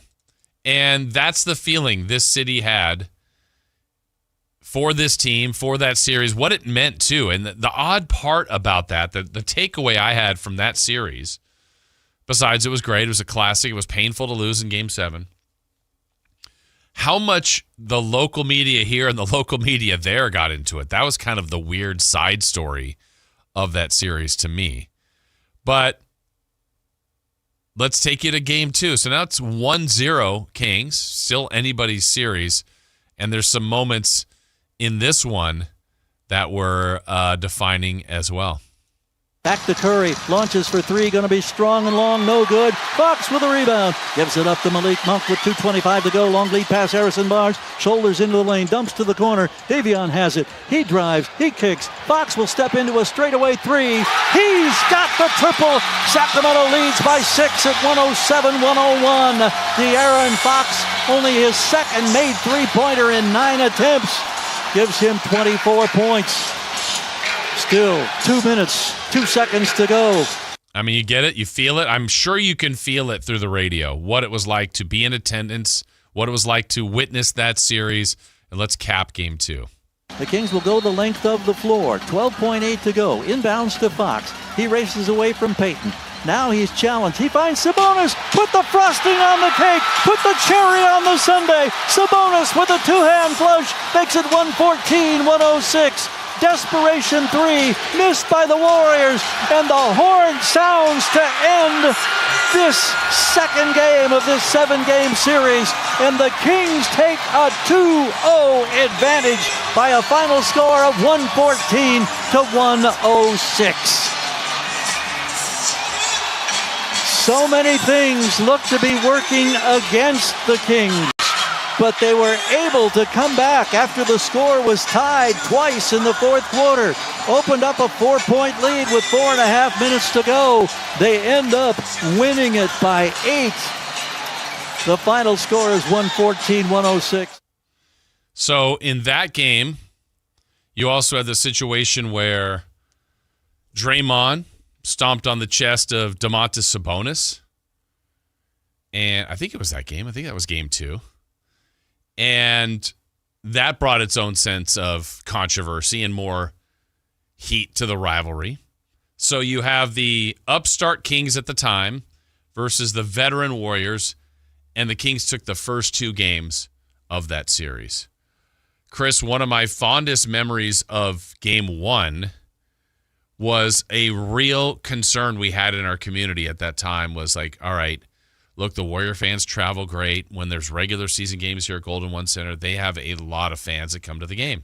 Kings fans either sell their tickets to them or they get there and they show up. We did like hours of pregame show outside of Doco, and it was early, and it was like, yeah, I see a lot of Kings fans, but I mean, I know they're coming. Where are the Warriors? And then you'd see like a fan of the Warriors, and then maybe another, but not like fans of them.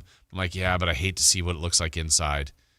We were thinking it was going to be like 80-20 Kings fans. It was like 99 to 1%. I think I saw like 10 people. Yeah, because it would stick out. You'd see like, oh, there's blue up. There's one over there.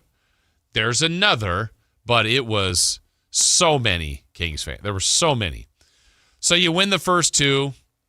Then I will say when the Kings lost the next 3, and game 4 really was probably the swing of, if we're going really to the outcome of the series, it really came down to this.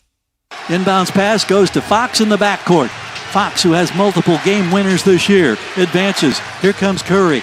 Trying to defend. Fox wiggles his way right. Swings to the wing. Harrison Barnes with a launch for 3. It's no good. It came off the heel as time expires. And the Warriors have tied the playoff series at 2 games apiece. Final score is 126-125. Curry did a masterful job forcing Fox to give it up.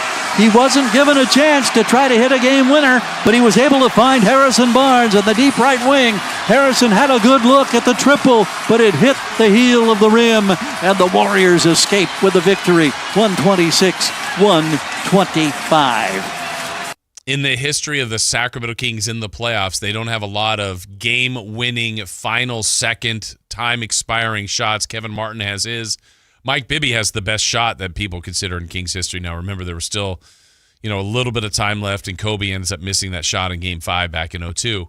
But that Harrison Barnes, if he hit that shot, that would have been one of the great moments and great shots in the history of the Sacramento Kings. Unfortunately, it's a make-or-miss league. Barnes missed that. But you're thinking, okay, it's 2-2. Warriors are back engaged. Their fan base is fired up. Kings fan base is like, that's fine. It's coming home. Game 5. Game 5 was not a good game for the Kings. They lost Game 5. And I will say this, as someone that usually is a glass half full, optimist, always believe in trying to look at things in a positive way. I remember going to Game 6 in San Francisco going, well, it's been a fun season. It's been so enjoyable to watch this team get better, but I'm going to watch them lose tonight. That stinks. They're going to lose 4 in a row. They're going to lose to the Warriors, and it's going to be tough. But Game 6 was one of the best games they have played, and they were absolutely awesome. Herter at the top of the arc to Fox. Right back to Kevin Herter now. The shot clock inside 10. Going to launch for 3. In rhythm. Scores it. Biggest lead of the ball game for Sacramento. 112-96. And I can only imagine how uproarious it must be right now with the watch party at Golden One Center in Sacramento. Kings inbound to Fox. Monk there to try to set a screen. Monk pops out, takes the feed. Monk in attack mode, drives inside, right to the rim. Well, that's the dagger right there. I think the Warriors fans sensed that with that breakdown, the Warriors look like a defeated ball club. 28 points for Malik Monk off the bench. It is now a 19-point separation with 3:45 to go. All right, and then just wrap it up. Game 6, G-Man. There's the horn. For the first time in 19 years, the Sacramento Kings have won a road playoff game. They have done it at the expense of Steve Kerr's Warriors, who have been so brilliant. Their home playoff record in the Kerr era, 58-12, will make it 58-13 as the Kings get the victory. The final score is 118-99, and it was a gritty, gutty performance. It was one that Mike Brown said, I want everybody to be able to look at their teammates' eyes and know that you have given it all. I want every one of our players to look in the mirror and know that they have given it all. Well, they gave it all tonight. So that takes us to the 7th game. Kings and Warriors. This was already a classic series. So proud of the Kings to win that game because, again, I'll be in all candor. I did not think they would win Game 6.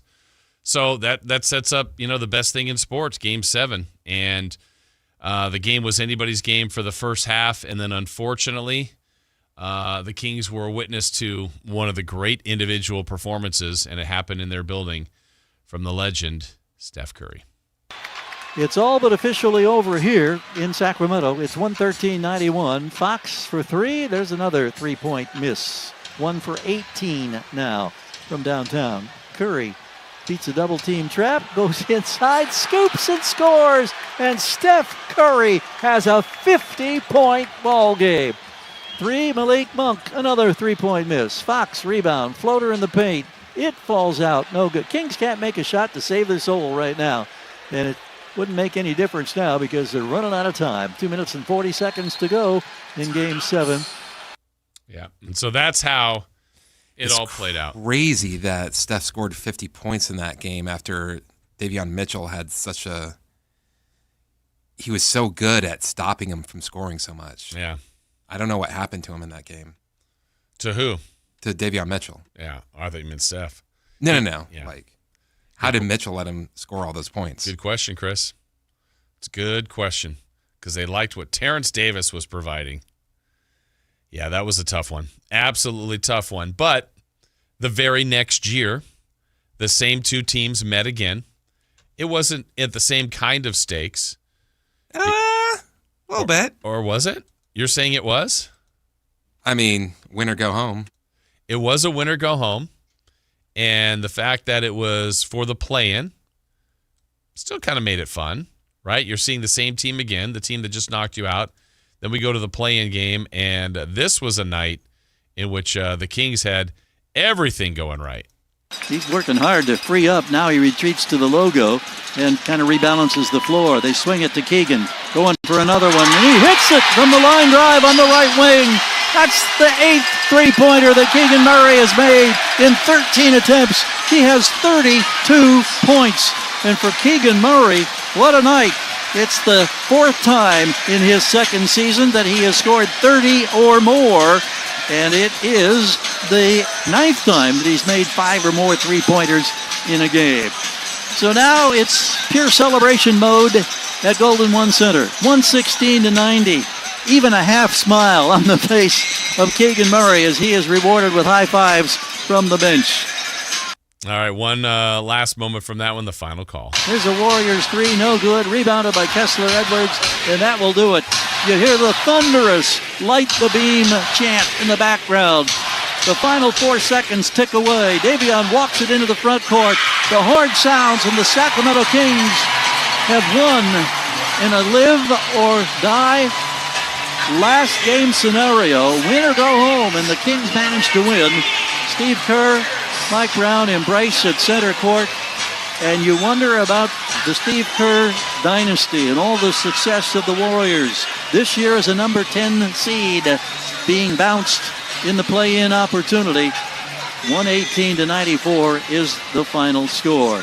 So in the last couple of years, you had the Kings and Warriors meeting in the 7-game Classic Series won by the Warriors. That was back in 22-23. Kings have obviously got eliminated by the Warriors. The Warriors went on to lose in the Western Conference semis the next round to the Lakers. This year, we just played those highlights of the 23-24 season. Kings beat the Warriors in the play-in, then lost to the Pelicans in that second play-in, while the Warriors obviously were eliminated by the Kings. We go to 24-25. Last year, Kings, remember they won 40 games even with the coaching firing, but missed the play-in. And the Warriors, they won 48, but lost again in the conference semis. I wonder how far they would have gone had Steph stayed healthy. And then this year, the Kings, we know, are going to pick in the lottery. The Warriors could be picking the lottery too, but they're going to be in the play-in next week. So we've got people texting in, this is just depressing to hear. To others that say, I was at that game, you could actually feel the electricity. It was incredible. Yeah, I think the combination of the Kings having that long playoff drought paired with the fact that they were playing the Warriors, a team that everybody here knew, everybody here was probably frustrated with and bothered by because they had won so much. I mean, look, there was envy, there was jealousy. Look, we talked about it yesterday with Chris. Like, we were happy the Warriors got that first title. Like, good for them. So happy. There are a lot of Warrior fans, and then they kept winning it. And you're like, all right, that's enough. And then you realize, man, they got something really special that, of course, Kings fans were jealous of. Then you meet for the first time. You've got them down 2-0. This city was going absolutely nuts. And then you still get it to a Game 7, only to have your hearts ripped out. There was a little sense of comeback, I will say, when knocking the Warriors out the next year in the play-in, but that was just for the play-in.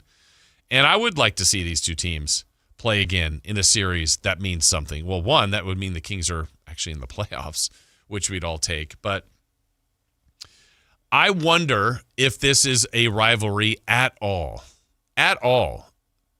to the people in the Bay Area, to Warrior fans in San Francisco, Warrior fans in the East Bay, because they've only met once, really, of true meaning. I know the plan. I don't want to diminish that, but I don't know. I don't think the Warriors look at the Kings as a rivalry. I just don't. As a rival. I think it's naturally is there for the taking based on proximity, based on the same division, based on playing each other 4 times a year. I think it lends to it. But I'm curious what Warrior fans think about that and if they even care about the Sacramento Kings. But it would be great to see the Kings again figure this out, start another rise, start another turnaround. Maybe while the Warriors are still at this level. Like, the Warriors have had a really strange year because last year they kind of went for it when they added Jimmy Butler. That was an aggressive trade. There were talks this season, could they get Giannis? Could they get, what other kind of moves could they make? They finally had moved on from Clay. They still have Draymond, still have Steph, still have Coach Kerr. But then they made the trade during the season to get Porzingis. That didn't really elevate them. They've had injuries. Steph has been out. And to me, I know Warrior fans will say this statement, well, Steph's now back. He's going to schedule to play tonight, scheduled to play the rest of this week. And you don't want to see them in a one-game play-in and maybe see if they get in the playoffs. They haven't been good enough. They've been consistently down for a while this season. And I don't personally look at them as a major threat. Where I do look at them as a threat, we do the lottery and the Tankathon every day, and I'm assuming they're not going to get into the playoffs. I'm assuming they're going to lose one of their 2 play-in games, and if they do, they go into that lottery pool, and I start to think about them getting lottery luck and moving into the top 4 and what that could do for that organization. If Steph's back, Draymond's back, Jimmy Butler's back, and they get a top 4 pick, that could be scary. That could be scary. Chris, what were your takeaways from that, besides the Steph scoring 50 and not being guarded by Davion in Game 7? Oh, he wasn't? Yeah. Not enough. Doesn't sound like a good coaching decision. That was... I think people think I'm the positive person, but I'm really the negative person. I took that as enjoy it now because we have no idea what's coming.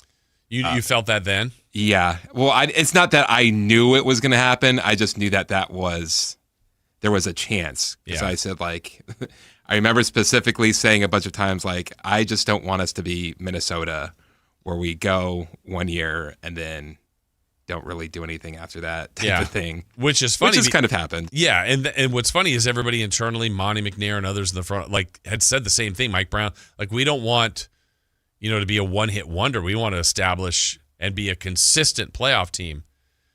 And they weren't. But I think about that 2-year stretch where the Kings won 48 and they were the 3 seed. That was great. They got a ton of good fortune. Other teams had injuries that the Kings didn't really suffer. The next year, the Kings won 46 games. So they didn't really have that much different of a regular season, but they were the 9th seed. So it was, the Warriors, we told you, won 46 the year the Kings won 48, and they were 6. Kings won 46. They dropped to 9, the second of the play-in games. And, it was just a different feeling that year. But these two are back now. Do you think the Warriors even remotely think about the Kings as a rival? No. Yeah, I don't either. I don't know who they consider. Maybe the Lakers still, or other teams in the Western Conference. And for a while... Well, since they moved to San Francisco, you got a lot of people just not even caring, so... Yeah. For a while, it was probably felt like the Cavs, just in a sense that they played them... And maybe it's more connected to LeBron. They played them 4 straight years. One time, the Cavs obviously got them that famous 3-1 comeback. Comeback? Yeah. Wait, that was like the greatest team of all time. How did they... No, they didn't win. Uh-huh. Yeah.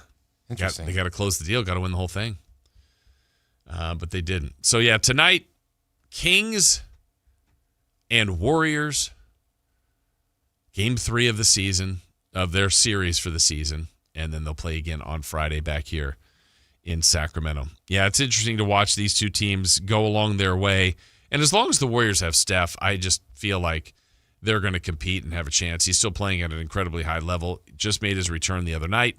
Expect to see more of him today as well. All right, Chris, it's that time. We had not been able to do this with Dave, and I don't know if we're going to get our connection back with him today or not. But you ready? Doesn't look like it. It doesn't? No. Okay. You ready to do our 2026 Tankathon mock draft for today? Let's do it. Who would you like to pick for today? Gee, let me think. I'm going to go with the Indiana Pacers. Okay, and I'm going to go today with 2-time winners. I'm going to pick the Dallas Mavericks today. I'm representing the Dallas Mavericks. You're representing the Pacers. You ready? Let's simulate the lottery. Yesterday we got the Kings on the first try. Here we go. Okay, we are done. Chris, you picked... Okay, I see where your team is. I see where my team is. I'll start with my pick. I picked the Dallas Mavericks. With the 8th pick in the 2026 NBA draft, the Dallas Mavericks stay right in 8. They got 8. We're going to move our way up the ladder. 7 is the Memphis Grizzlies.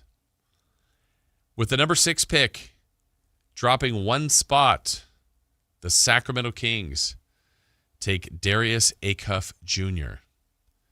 With the number 5 pick, dropping 3 spots and now going to the Los Angeles Clippers.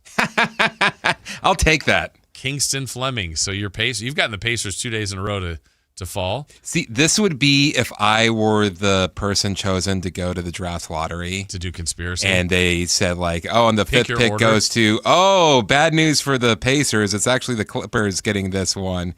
I would laugh. I would do that ugly laugh where you're laughing and then you just start coughing hard. And it's too much. They're like, okay, it's funny. Like, I'm laughing at that guy. And then it's like, all right, now you're annoying me. And they're like, sir, can we have some quiet here while we finish the lottery? There is a top 4 to announce, and you're still going, and you can't even hear them talk. And I'm just like, at this point, I'm not even laughing anymore. I'm just coughing, trying to catch my breath.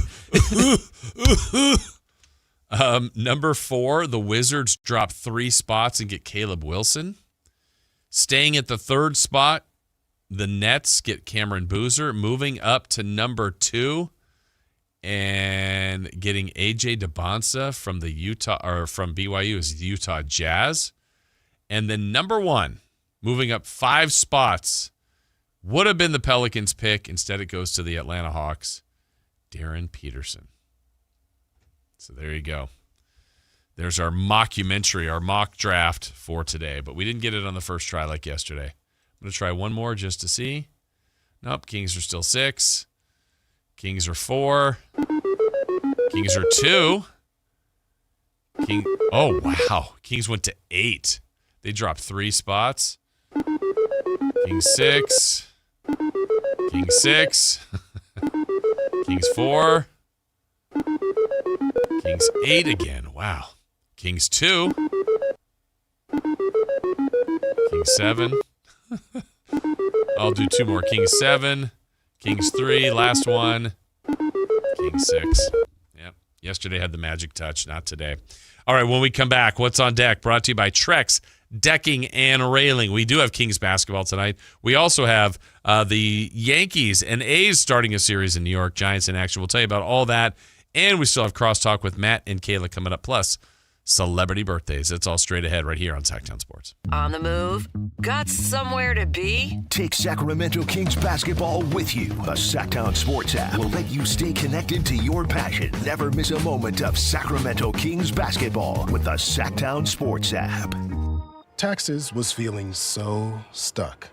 Sitting in traffic, squeezing into a parking spot, all to squeeze in getting tax help during your lunch break. Now Taxes is a TurboTax expert who does your taxes for you, while you go about your day getting real-time notifications about their progress and the most money back guaranteed. Now this is Taxes. Intuit TurboTax. See guaranteed details at turbotax.com/guarantees. Only available with TurboTax experts. Real-time updates only in iOS mobile app.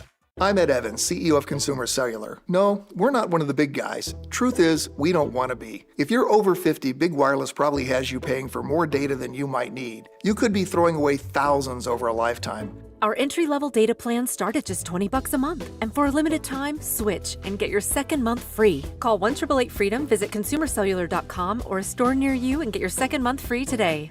Plans include $5 credit for auto pay and e-billing. See site for additional details. When you take the time to shop at Folsom Lake Honda, there's one thing you'll always find. Happy people ready to serve you. As a family-owned and operated dealership since 2009, customer service is our #1 priority. Our customers love doing business with us, and you will too. Looking to own or lease? During the spring sales event, drive a brand new Accord or Civic. Visit us today at FolsomLakeHonda.com, your one-stop Honda shop. Folsom Lake Honda. Contractors, remodelers, you now have a great supplier to assist you with your next project. Anova Cabinet and Stone in Sacramento. They are Northern California's best kitchen and bathroom remodeling supply store. Anova has the latest cabinet styles, a great selection of countertops, flooring, bathroom fixtures, and more. Visit their website, InnovaCabinetStone.com. Take advantage of their grand opening special, a $750 in-store credit. Stop by today, Innova Cabinet and Stone in Sacramento. Injured and you're considering an LA law firm looking to charge you 45% to 50% in attorney's fees? That's overcharging. Ashton & Price has been around for over 25 years, and I can tell you no matter how complicated your injury case, you should never be charged 45% or 50% in attorney's fees ever. Direct, experienced, unrelenting, and honest local representation matters. It's called Home Court Advantage for a reason. Ashton & Price, serious local attorneys for serious people with serious injuries. So for the best local advice, don't think twice. Call Ashton & Price. A's fans, the 2026 season is coming fast, and single game tickets are on sale now. Be there for an exciting season packed with theme days, giveaways, and firework nights, including bobbleheads, jerseys, hats, and much more. And getting in is easier than ever. Tickets start at just $8 for select April and May games. From opening day to unforgettable summer nights, there's something for everyone at the ballpark. Get your tickets today at athletics.com/tickets and be part of the excitement this 2026 season. Welcome to the Bar None Auction. Bar None Auction is selling thousands of items this Saturday, April 11th in Sacramento. Large farming and construction equipment, cars, trucks, and industrial supplies, all sold to the highest bidder. Always open to the public. Visit barnoneauction.com. Ladies and gentlemen, this is going to be fun. Yeah! It's time for What's on Deck. Brought to you by Trex Decking and Railing. All right, it is that time for What's on Deck, brought to you by Trex Decking and Railing. We'll give those in a moment. Okay, here we go. Dave has submitted his numbers from our streaking and our 3 in the key. He is copying interesting. him. Yeah. Very interesting. Yeah, because he is picking, for streaking, Christian Yelich. Who did you take? Oh, I took Christian Yelich. But that's probably it, right? Probably. For the Curry brothers, he first told us 40, but didn't give us a separator. Now it's 30 for Steph, 10 for Seth. Chris, he then picked Max Reynaud, which you and I picked. He also picked 25, just like you. Wow. But it's not like he's going to have his random status something similar to mine. No, it'll be totally different because you have Draymond will try and kick Maxime, which I would think would give him a technical, I would think. Most likely. Dave is predicting that Draymond's getting a tech. Huh.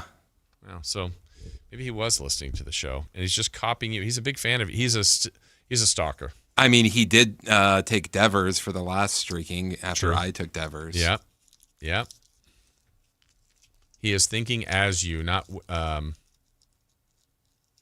separately from you. Let's see. Someone on the text line when they heard those Kings highlights. What is this light the beam chant?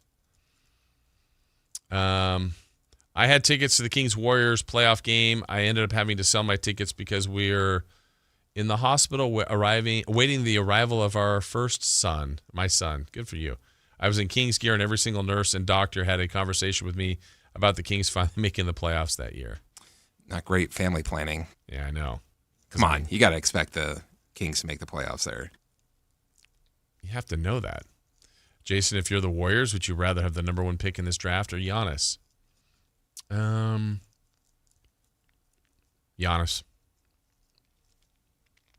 I think. There's still a window with Steph. It's shrinking by the day. Let's see. Hey crew, I heard that all 5 of Michigan starters came through the portal without a salary cap. Can't Michigan just continue to outspend for the best recruits? They can, but other teams are doing the same thing. They just put it all together and did it in a beautiful way. You know, John Calipari is getting all these great players, great recruits, great portal guys, or great freshmen, All-Americans. It's the way the sport works. It's just, can you put together a team in a short amount of time that can gel and become great? Michigan did. Credit to them. Credit to them. What's on deck? Brought to you by Trex Decking and Railing. Well, we have baseball today with the Phillies and the Giants. That one being played in San Francisco today. A little night game tonight. Also, the A's are beginning their next series. They're in New York to face the Yankees. Aaron Savale pitching today for the A's versus Schlittler. Yeah, that's how you say his name. 2-0 for the and his ERA is 0.00. How about that? For the Giants, Robbie Ray is going 1-1 with a 3.38 ERA versus Sanchez. He's a tough one to go against. That one is at 6.45. And Champions League. What do we got? Starts. Madrid, Bayern Munich. Mm-hmm. We are also going to have Sporting versus Arsenal. Ooh. Arsenal is joking. Oh, I thought they were laughing so hard they're coughing. Joking down the stretch. Does that bother you? No. Yeah. Barcelona versus Atletico Madrid. Barcelona. And PSG versus Liverpool. Oh. Okay. Kings at Warriors tonight. Chris, do you see our other NBA matchups? I do. You ready to play that game? Let's play. All right. What's the... So Kings at Warriors, I'm guessing, is the first one. Yeah, but I left that one. I wanted to be true to that one. What's your next game? The Bullards. Yeah. Which has to be the Bulls and the Wizards. Bulls at the Wizards. The Bullards. Okay. I'm guessing it's the Timsers? Timsers. So that would be the Timberwolves at the Pacers. Correct. Then we got... The Butts. The Butts. But it's B-U-T-S. So it's not Bulls. Oh, Bucks at Nets. Yes. I just took 2 from each, so it's the Butts. Next up, the Heaters. Heators. Miami Heat. Oars. What's an oars? Why can't I think of it? It's one of your favorites. It's one of Dave's favorites because he likes dinosaurs. Oh, Raptors. Yeah. Up next, the Hortics. Hornets at Celtics. Yep. Then we got the Jans. The Jans, not the Yawns. The Jans. I'm going to go the Jans is Jazz at Suns. Nope. No. So it's not the Jazz. It is the Jazz? It's like it is the Jazz. Okay. Like the Jans. Jans is how it's a soft A. And it's not the Suns. Nope. So it's I took the last two letters and the first two, but the ANS is actually the last three letters of the second team. The last three letters. Utah Jazz and the Pelicans. That's the Jazzikins. Jazzikins. That's if I use more letters. Yeah. I used butts and you got Jazzikins. That was just the BU for the Bucks and the TS from the Nets. All right, next up, what do we got? The Thunkers. Thunkers, Thunder at Lakers. Yep. Mavpers. Mavpers. That's got to be Mavericks. Pers. Oh, Clippers. Yes. And then the last one is the Rons. Yeah. Rockets at Suns. There you go. Well done. Oh, why is it the Rockets at the Pelicans?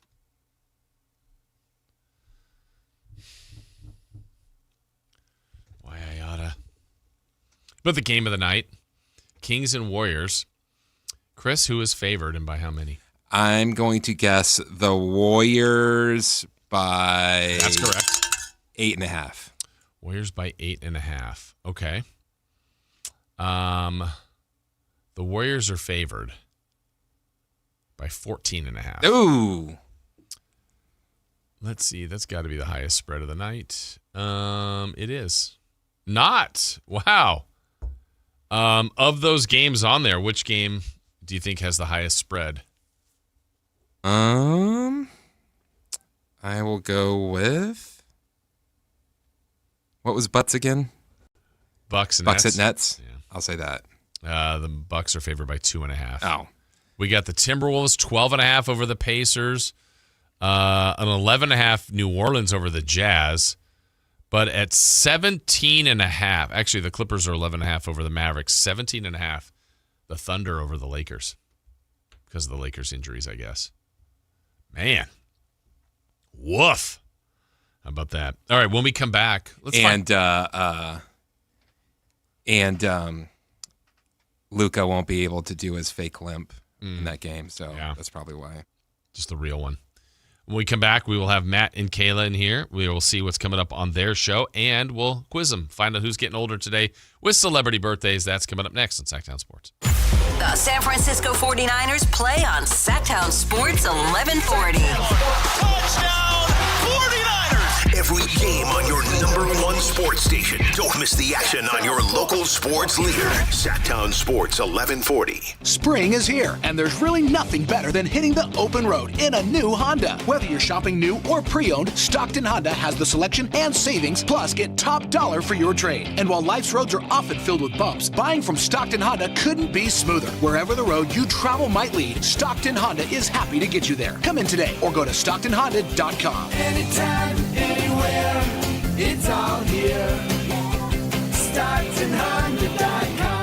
Running a business takes grit, vision, and a partner who believes in your success as much as you do. At Valley Strong Credit Union, business banking is built around you. The entrepreneurs, the growers, the dreamers powering our community. Whether you need flexible checking, faster payments, or financing to take your next big step, Valley Strong brings local expertise and real relationships to every stage of your business. Because when local businesses thrive, the whole valley grows stronger. Valley Strong Credit Union. Grow your business, grow your future. ValleyStrong.com/business.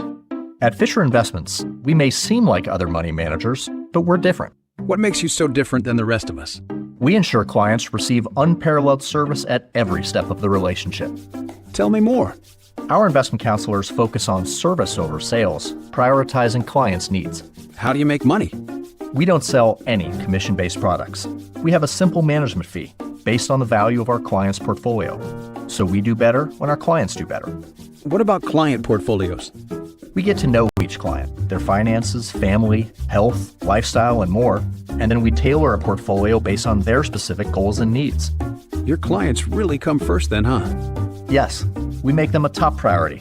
Our goal is helping them achieve a comfortable retirement. Wow, maybe we are different. At Fisher Investments, we're clearly different.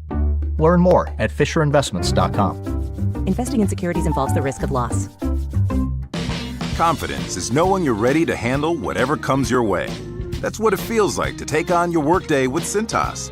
They make sure your AEDs are up to date, your fire extinguishers are tested and inspected, your floor mats are cleaned and delivered, and your workwear looks good, feels good, and is freshly laundered with the Cintas Apparel Plus program. So are you ready to take on today? Visit Cintas.com and get ready for the workday. When your check engine light comes on, do you see a repair bill or do you see peace of mind? For 20 years, CarShield's been the name America trusts to help keep you on the road. While other companies stop covering you when your car gets older, CarShield offers protection plans up to 200,000 miles. With over $1 billion in claims paid, we don't just promise protection, we deliver it. Don't let a breakdown break your budget. Get the flexible month-to-month coverage you deserve. Go to CarShield.com. That's CarShield.com today. If your business depends on reliable vehicles, it's time to upgrade your fleet at MyElkGroveChevrolet.com. We specialize in fleet pricing, bulk discounts, and fast approvals, so your team stays on the road and on the job. From work trucks and vans to fuel-efficient sedans and SUVs, we have the inventory, service, and financing to keep your business moving. Call or visit MyElkGroveChevrolet.com today and ask about exclusive fleet savings. MyElkGroveChevrolet.com. Driving business forward. It's time for the news of the day. The latest headlines, the biggest stories, hard-hitting analysis. Yeah, this is none of those things. And now, here's Carmichael Dave and Jason Ross.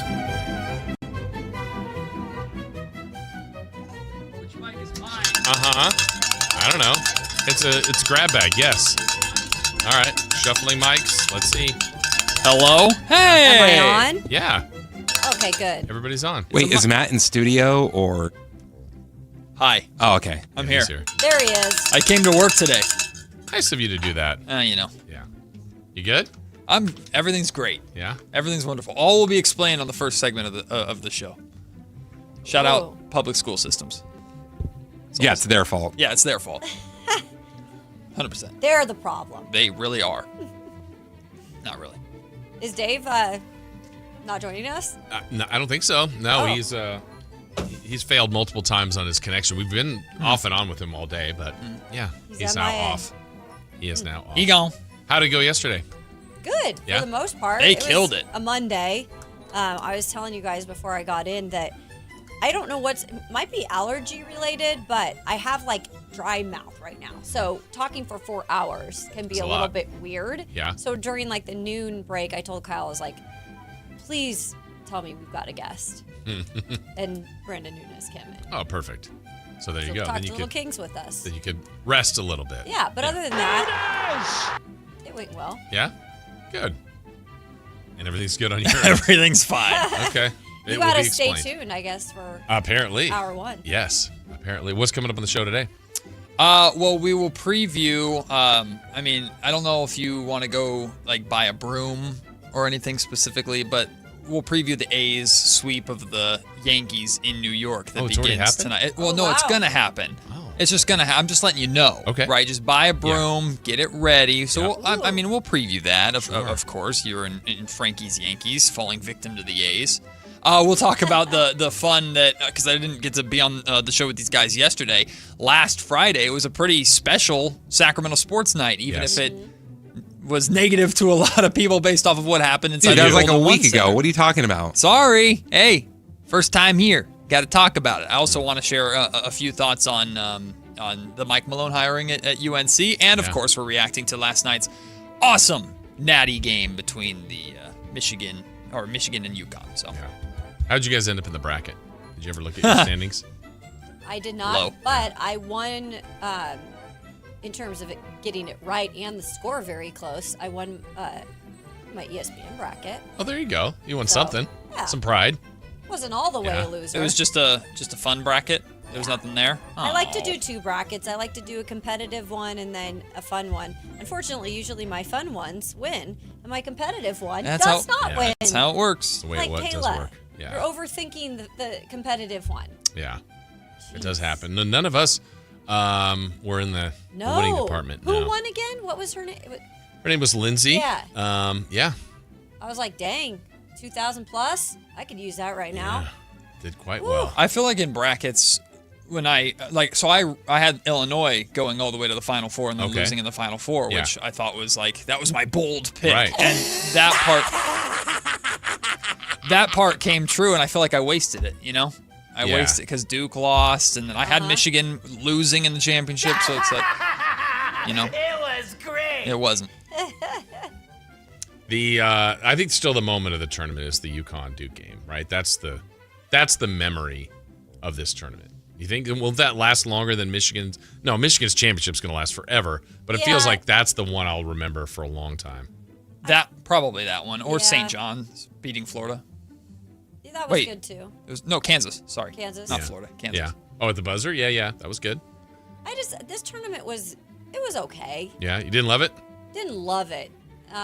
Felt like there were some good moments, like there always is, but I don't know. I wasn't interested in either of these teams, really. What Not to be hours rude, of the show is the extended breakdown of the UCLA Women's Championship? I did a lot of that yesterday, Good. actually. The entire show. Yeah, way to pay attention, Jason. Chris, you didn't tell me what hour it was. Huh? Yeah. It was after 10. We dabbled in a couple hours. Between 2. We're going to have one sentence of our breakdown of that title every segment. Just Okay, one perfect. sentence. Exactly. That's fitting. UCLA champions. Also left the Pac-12. I'm very bitter about the Pac-12. It does sound like you have allergies. Yeah, it does. Right? Can you Very name the bitter teams to in the this current Pac-12 now? Yeah, they're all state schools, so easy. Okay. Whatever state is a school over here, it's in the Pac-12. Washington State, Oregon State, Fresno State, San Diego State. State isn't in the Pac-12. Colorado State. State of Texas State. Gonzaga's the one. Yeah, but that's just basketball. Yeah, you're right. Well done. You know your Pac-12 allegiance. Right. You guys ready to play some celebrity birthdays? Let's do it. Let's do it. It's brought to you by our friends at Crumble Cookies, and nothing brings family and friends together better than Crumble Cookies. So let's see. All right, we get some movies today on this April 7th. Well, Chris wins. Yeah, let's see. All right, we'll start with this one. The Sandlot. Oh, came out on this day in what year? Classic. Best character on The Sandlot is who? Benjamin Franklin Rodriguez. Benny the Jet? I mean, he's definitely the most handsome. Come on, Squints. Squints is great. Squints is pretty good. Yeah. I like yeah. Squints is good. All the other kids were like Corey's friend on Boy Meets World for like an episode. Really? Yeah. Ham is elite He's too. just. Have you seen him lately? Yeah, he does TikToks and stuff He did now. the Yeah. like throwback, like this was me in the '90s, and Uh-huh. I was like, yes. And he posed as Jenny the Bet. Jenny the Bet. Benny the Jet. Rodriguez. Yes. It was really funny. All right, on this date, what year? Sandlot. 1990. Man, 1997. 95. no. It's either 93 or 94. Oh. I'll say 94. No correct answers, but Chris is the 93. closest, 1993. Did the line "you play ball like a girl" like upset you growing up? No, No, it didn't. it did not. Oh, you're asking Taylor. Christopher Lawn. How about the movie Bad Boys? Martin Lawrence, Oh. Will Smith. Ooh, the Bad boys, first bad one. boys. What you We're gonna gonna do? do- 2001. Ooh, 2000. I think it's 2000. 1995. Whoa! Really? Wow. Dang. How about the movie Major League? Oh Ugh, man, 1989. 1987. 88. We have a correct answer, and it goes to Christopher Law, 1989. All right, happy birthday today to Jackie Robinson. Onassis. They're all passed away. Jackie Chan. Except for that one. Yeah. Jackie Chan is 81. Wow. 82. Really? I think he's in his 80s. He's like 68. No, he's not. No. There's no way. No. We are not in the right decade. Happy 70s. 72nd birthday to Chris is the closest. Okay. Happy birthday to Russell Crowe. Westbrook. Oh, yeah. Sorry. I should have paused. Crow. Russell Crowe. He's old. Great actor. 64. Virtuosity. I think he's 68. He Gladiator, is 59. Master and Commander. What age did you say, Kayla? 64.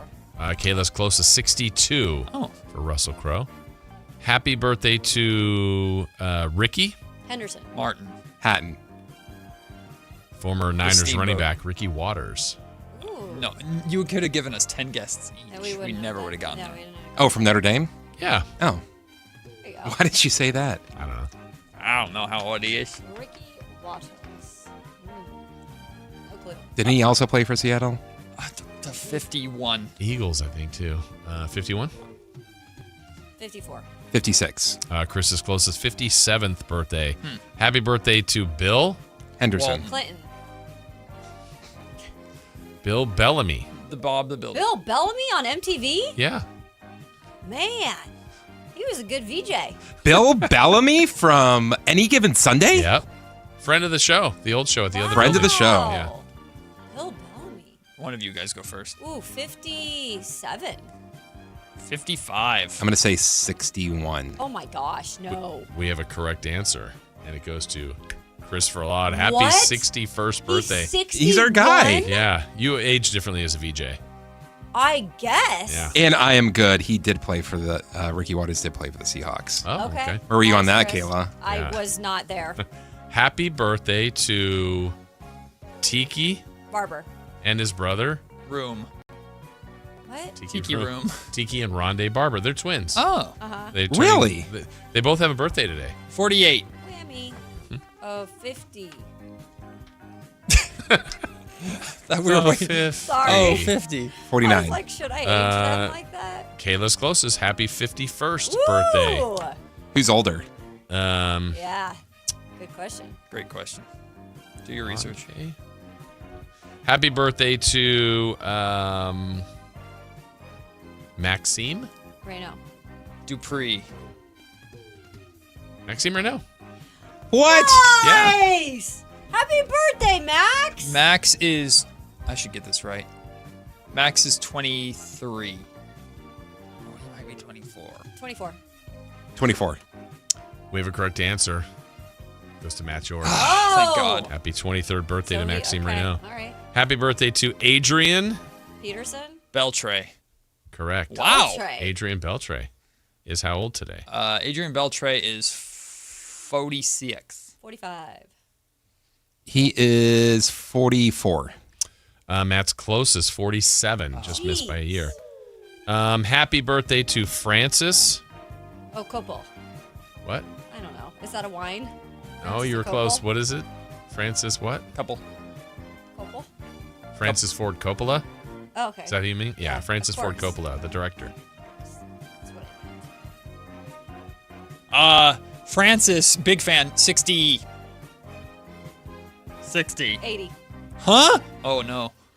I'm sorry, who was it? Francis Ford Coppola. Oh, he Or is 88. Oh, Jesus. Chris is closest. Happy 87th birthday. Wait. I think we're one more. Happy birthday to Jerry. Rice.